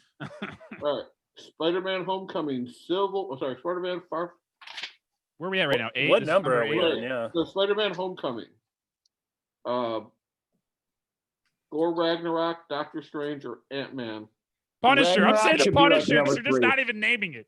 All right, hey, Punisher. Dude, Ragnarok is way better than fucking all of this other shit. Yeah, I'd say Yeah, Ragnarok. at 8. Ragnarok. Makes sense. Yeah. Ragnarok should be higher than most of these movies. Mm-hmm. Well, it's higher than a lot of them. It's number 8. Well, it should be higher than for sure, like the first 5. No, start list. All right. How are you formulating this? Ant-Man. Should be higher than, dude. I would rather watch Ragnarok over Black Panther any day of the week. Well, I wouldn't say Hey, that. do you I like remember Black that scene when Thor got fat? All right. Yes, I fucking remember it. Doctor Strange. Captain America Civil War, Punisher, Homecoming. Punisher. I'm gonna say Homecoming. I feel like Homecoming deserves to be in the top 10 for sure. It is. Yeah, Homecoming, Homecoming. because Homecoming. Punisher's gay. Homecoming. Homecoming, Punisher's- yeah. Punisher's just an angry guy with a vest and guns. All right. Talent. Final spot. Punisher was seen at the Capitol when they were storming. Yeah, protecting it. He's the one that shot that Air Force chick. Okay. Ant-Man. Shit just got real. Not funny anymore. Yeah, Ant-Man shouldn't make the fucking list. Ant-Man, Punisher, Daredevil, Doctor Strange. Punisher. Strange. Ant-Man. Strange. Daredevil. Strange. All right, who's saying Strange? More people than anything else because we're all And divided. Punisher. All right. Doctor Strange. And we have our top 10. Doctor Strange is number 10. Spider-Man Homecoming, number 9. Thor Ragnarok, 8. Black Panther, 7. Guardians of the Galaxy, 6. Thor Ragnarok got hoed because you mentioned it later than you mentioned the other movies. Ragnarok should be in top 5. No, the people have spoken. What's done is done. I would like to switch Avengers with Ragnarok on it. What's done is done. Yeah, I would have All to right, agree all on right, that if one. but we have 3 people agree to it, or 4 people agree to it, I will do that. Swap around Avengers and Ragnarok going in place of the Avengers. Ragnarok should be top fucking 5 at least. Just got moved to number 3. So Yeah, there you All go. right, so Thor Ragnarok at 8. I'm sorry, Avengers at 8. Black Panther at 7. Guardians at 6. Endgame at 5. Infinity War at 4. Thor Ragnarok at 3. Winter Soldier at 2. And Iron Man at number 1. And that concludes Yeah, it sounds legit. the longest episode of And even then, I have problems with the list. Like, this is bullshit. Like, Oh my God. Who would have thought? Brett, Who would have thought? we are going to be No, back hang next on. week with a whole new panel discussing the best actors of Saturday Night Live. it's gonna be a good fucking. It is. That's gonna be a good And show. Brett, in 2 weeks, so far, our greatly anticipated episode of conspiracy theories.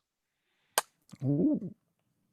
Yep, that would be. I fun. don't pay attention to conspiracy theories. So. That's what they want you to think. Yeah, that's the Hey, conspiracy theory in itself. All I know is aliens are real. Ah, we're getting them, folks. Yes. Here's a knock on his door, and all of a sudden he's just gone. What happened to Barry? Oh God! all right, I'm going to Yeah. send you guys in the group chat. I'm going to send you a picture of my action figure collection. On that note, we will see you next week. A big Oh, thanks to we don't- Aaron, We don't get Dan, to push any of our Larry, stuff. Brett, and of course, the exalted one, Mr. Pizzuti. Hey, listen to Running Yellows on Spotify and check out Stage Drive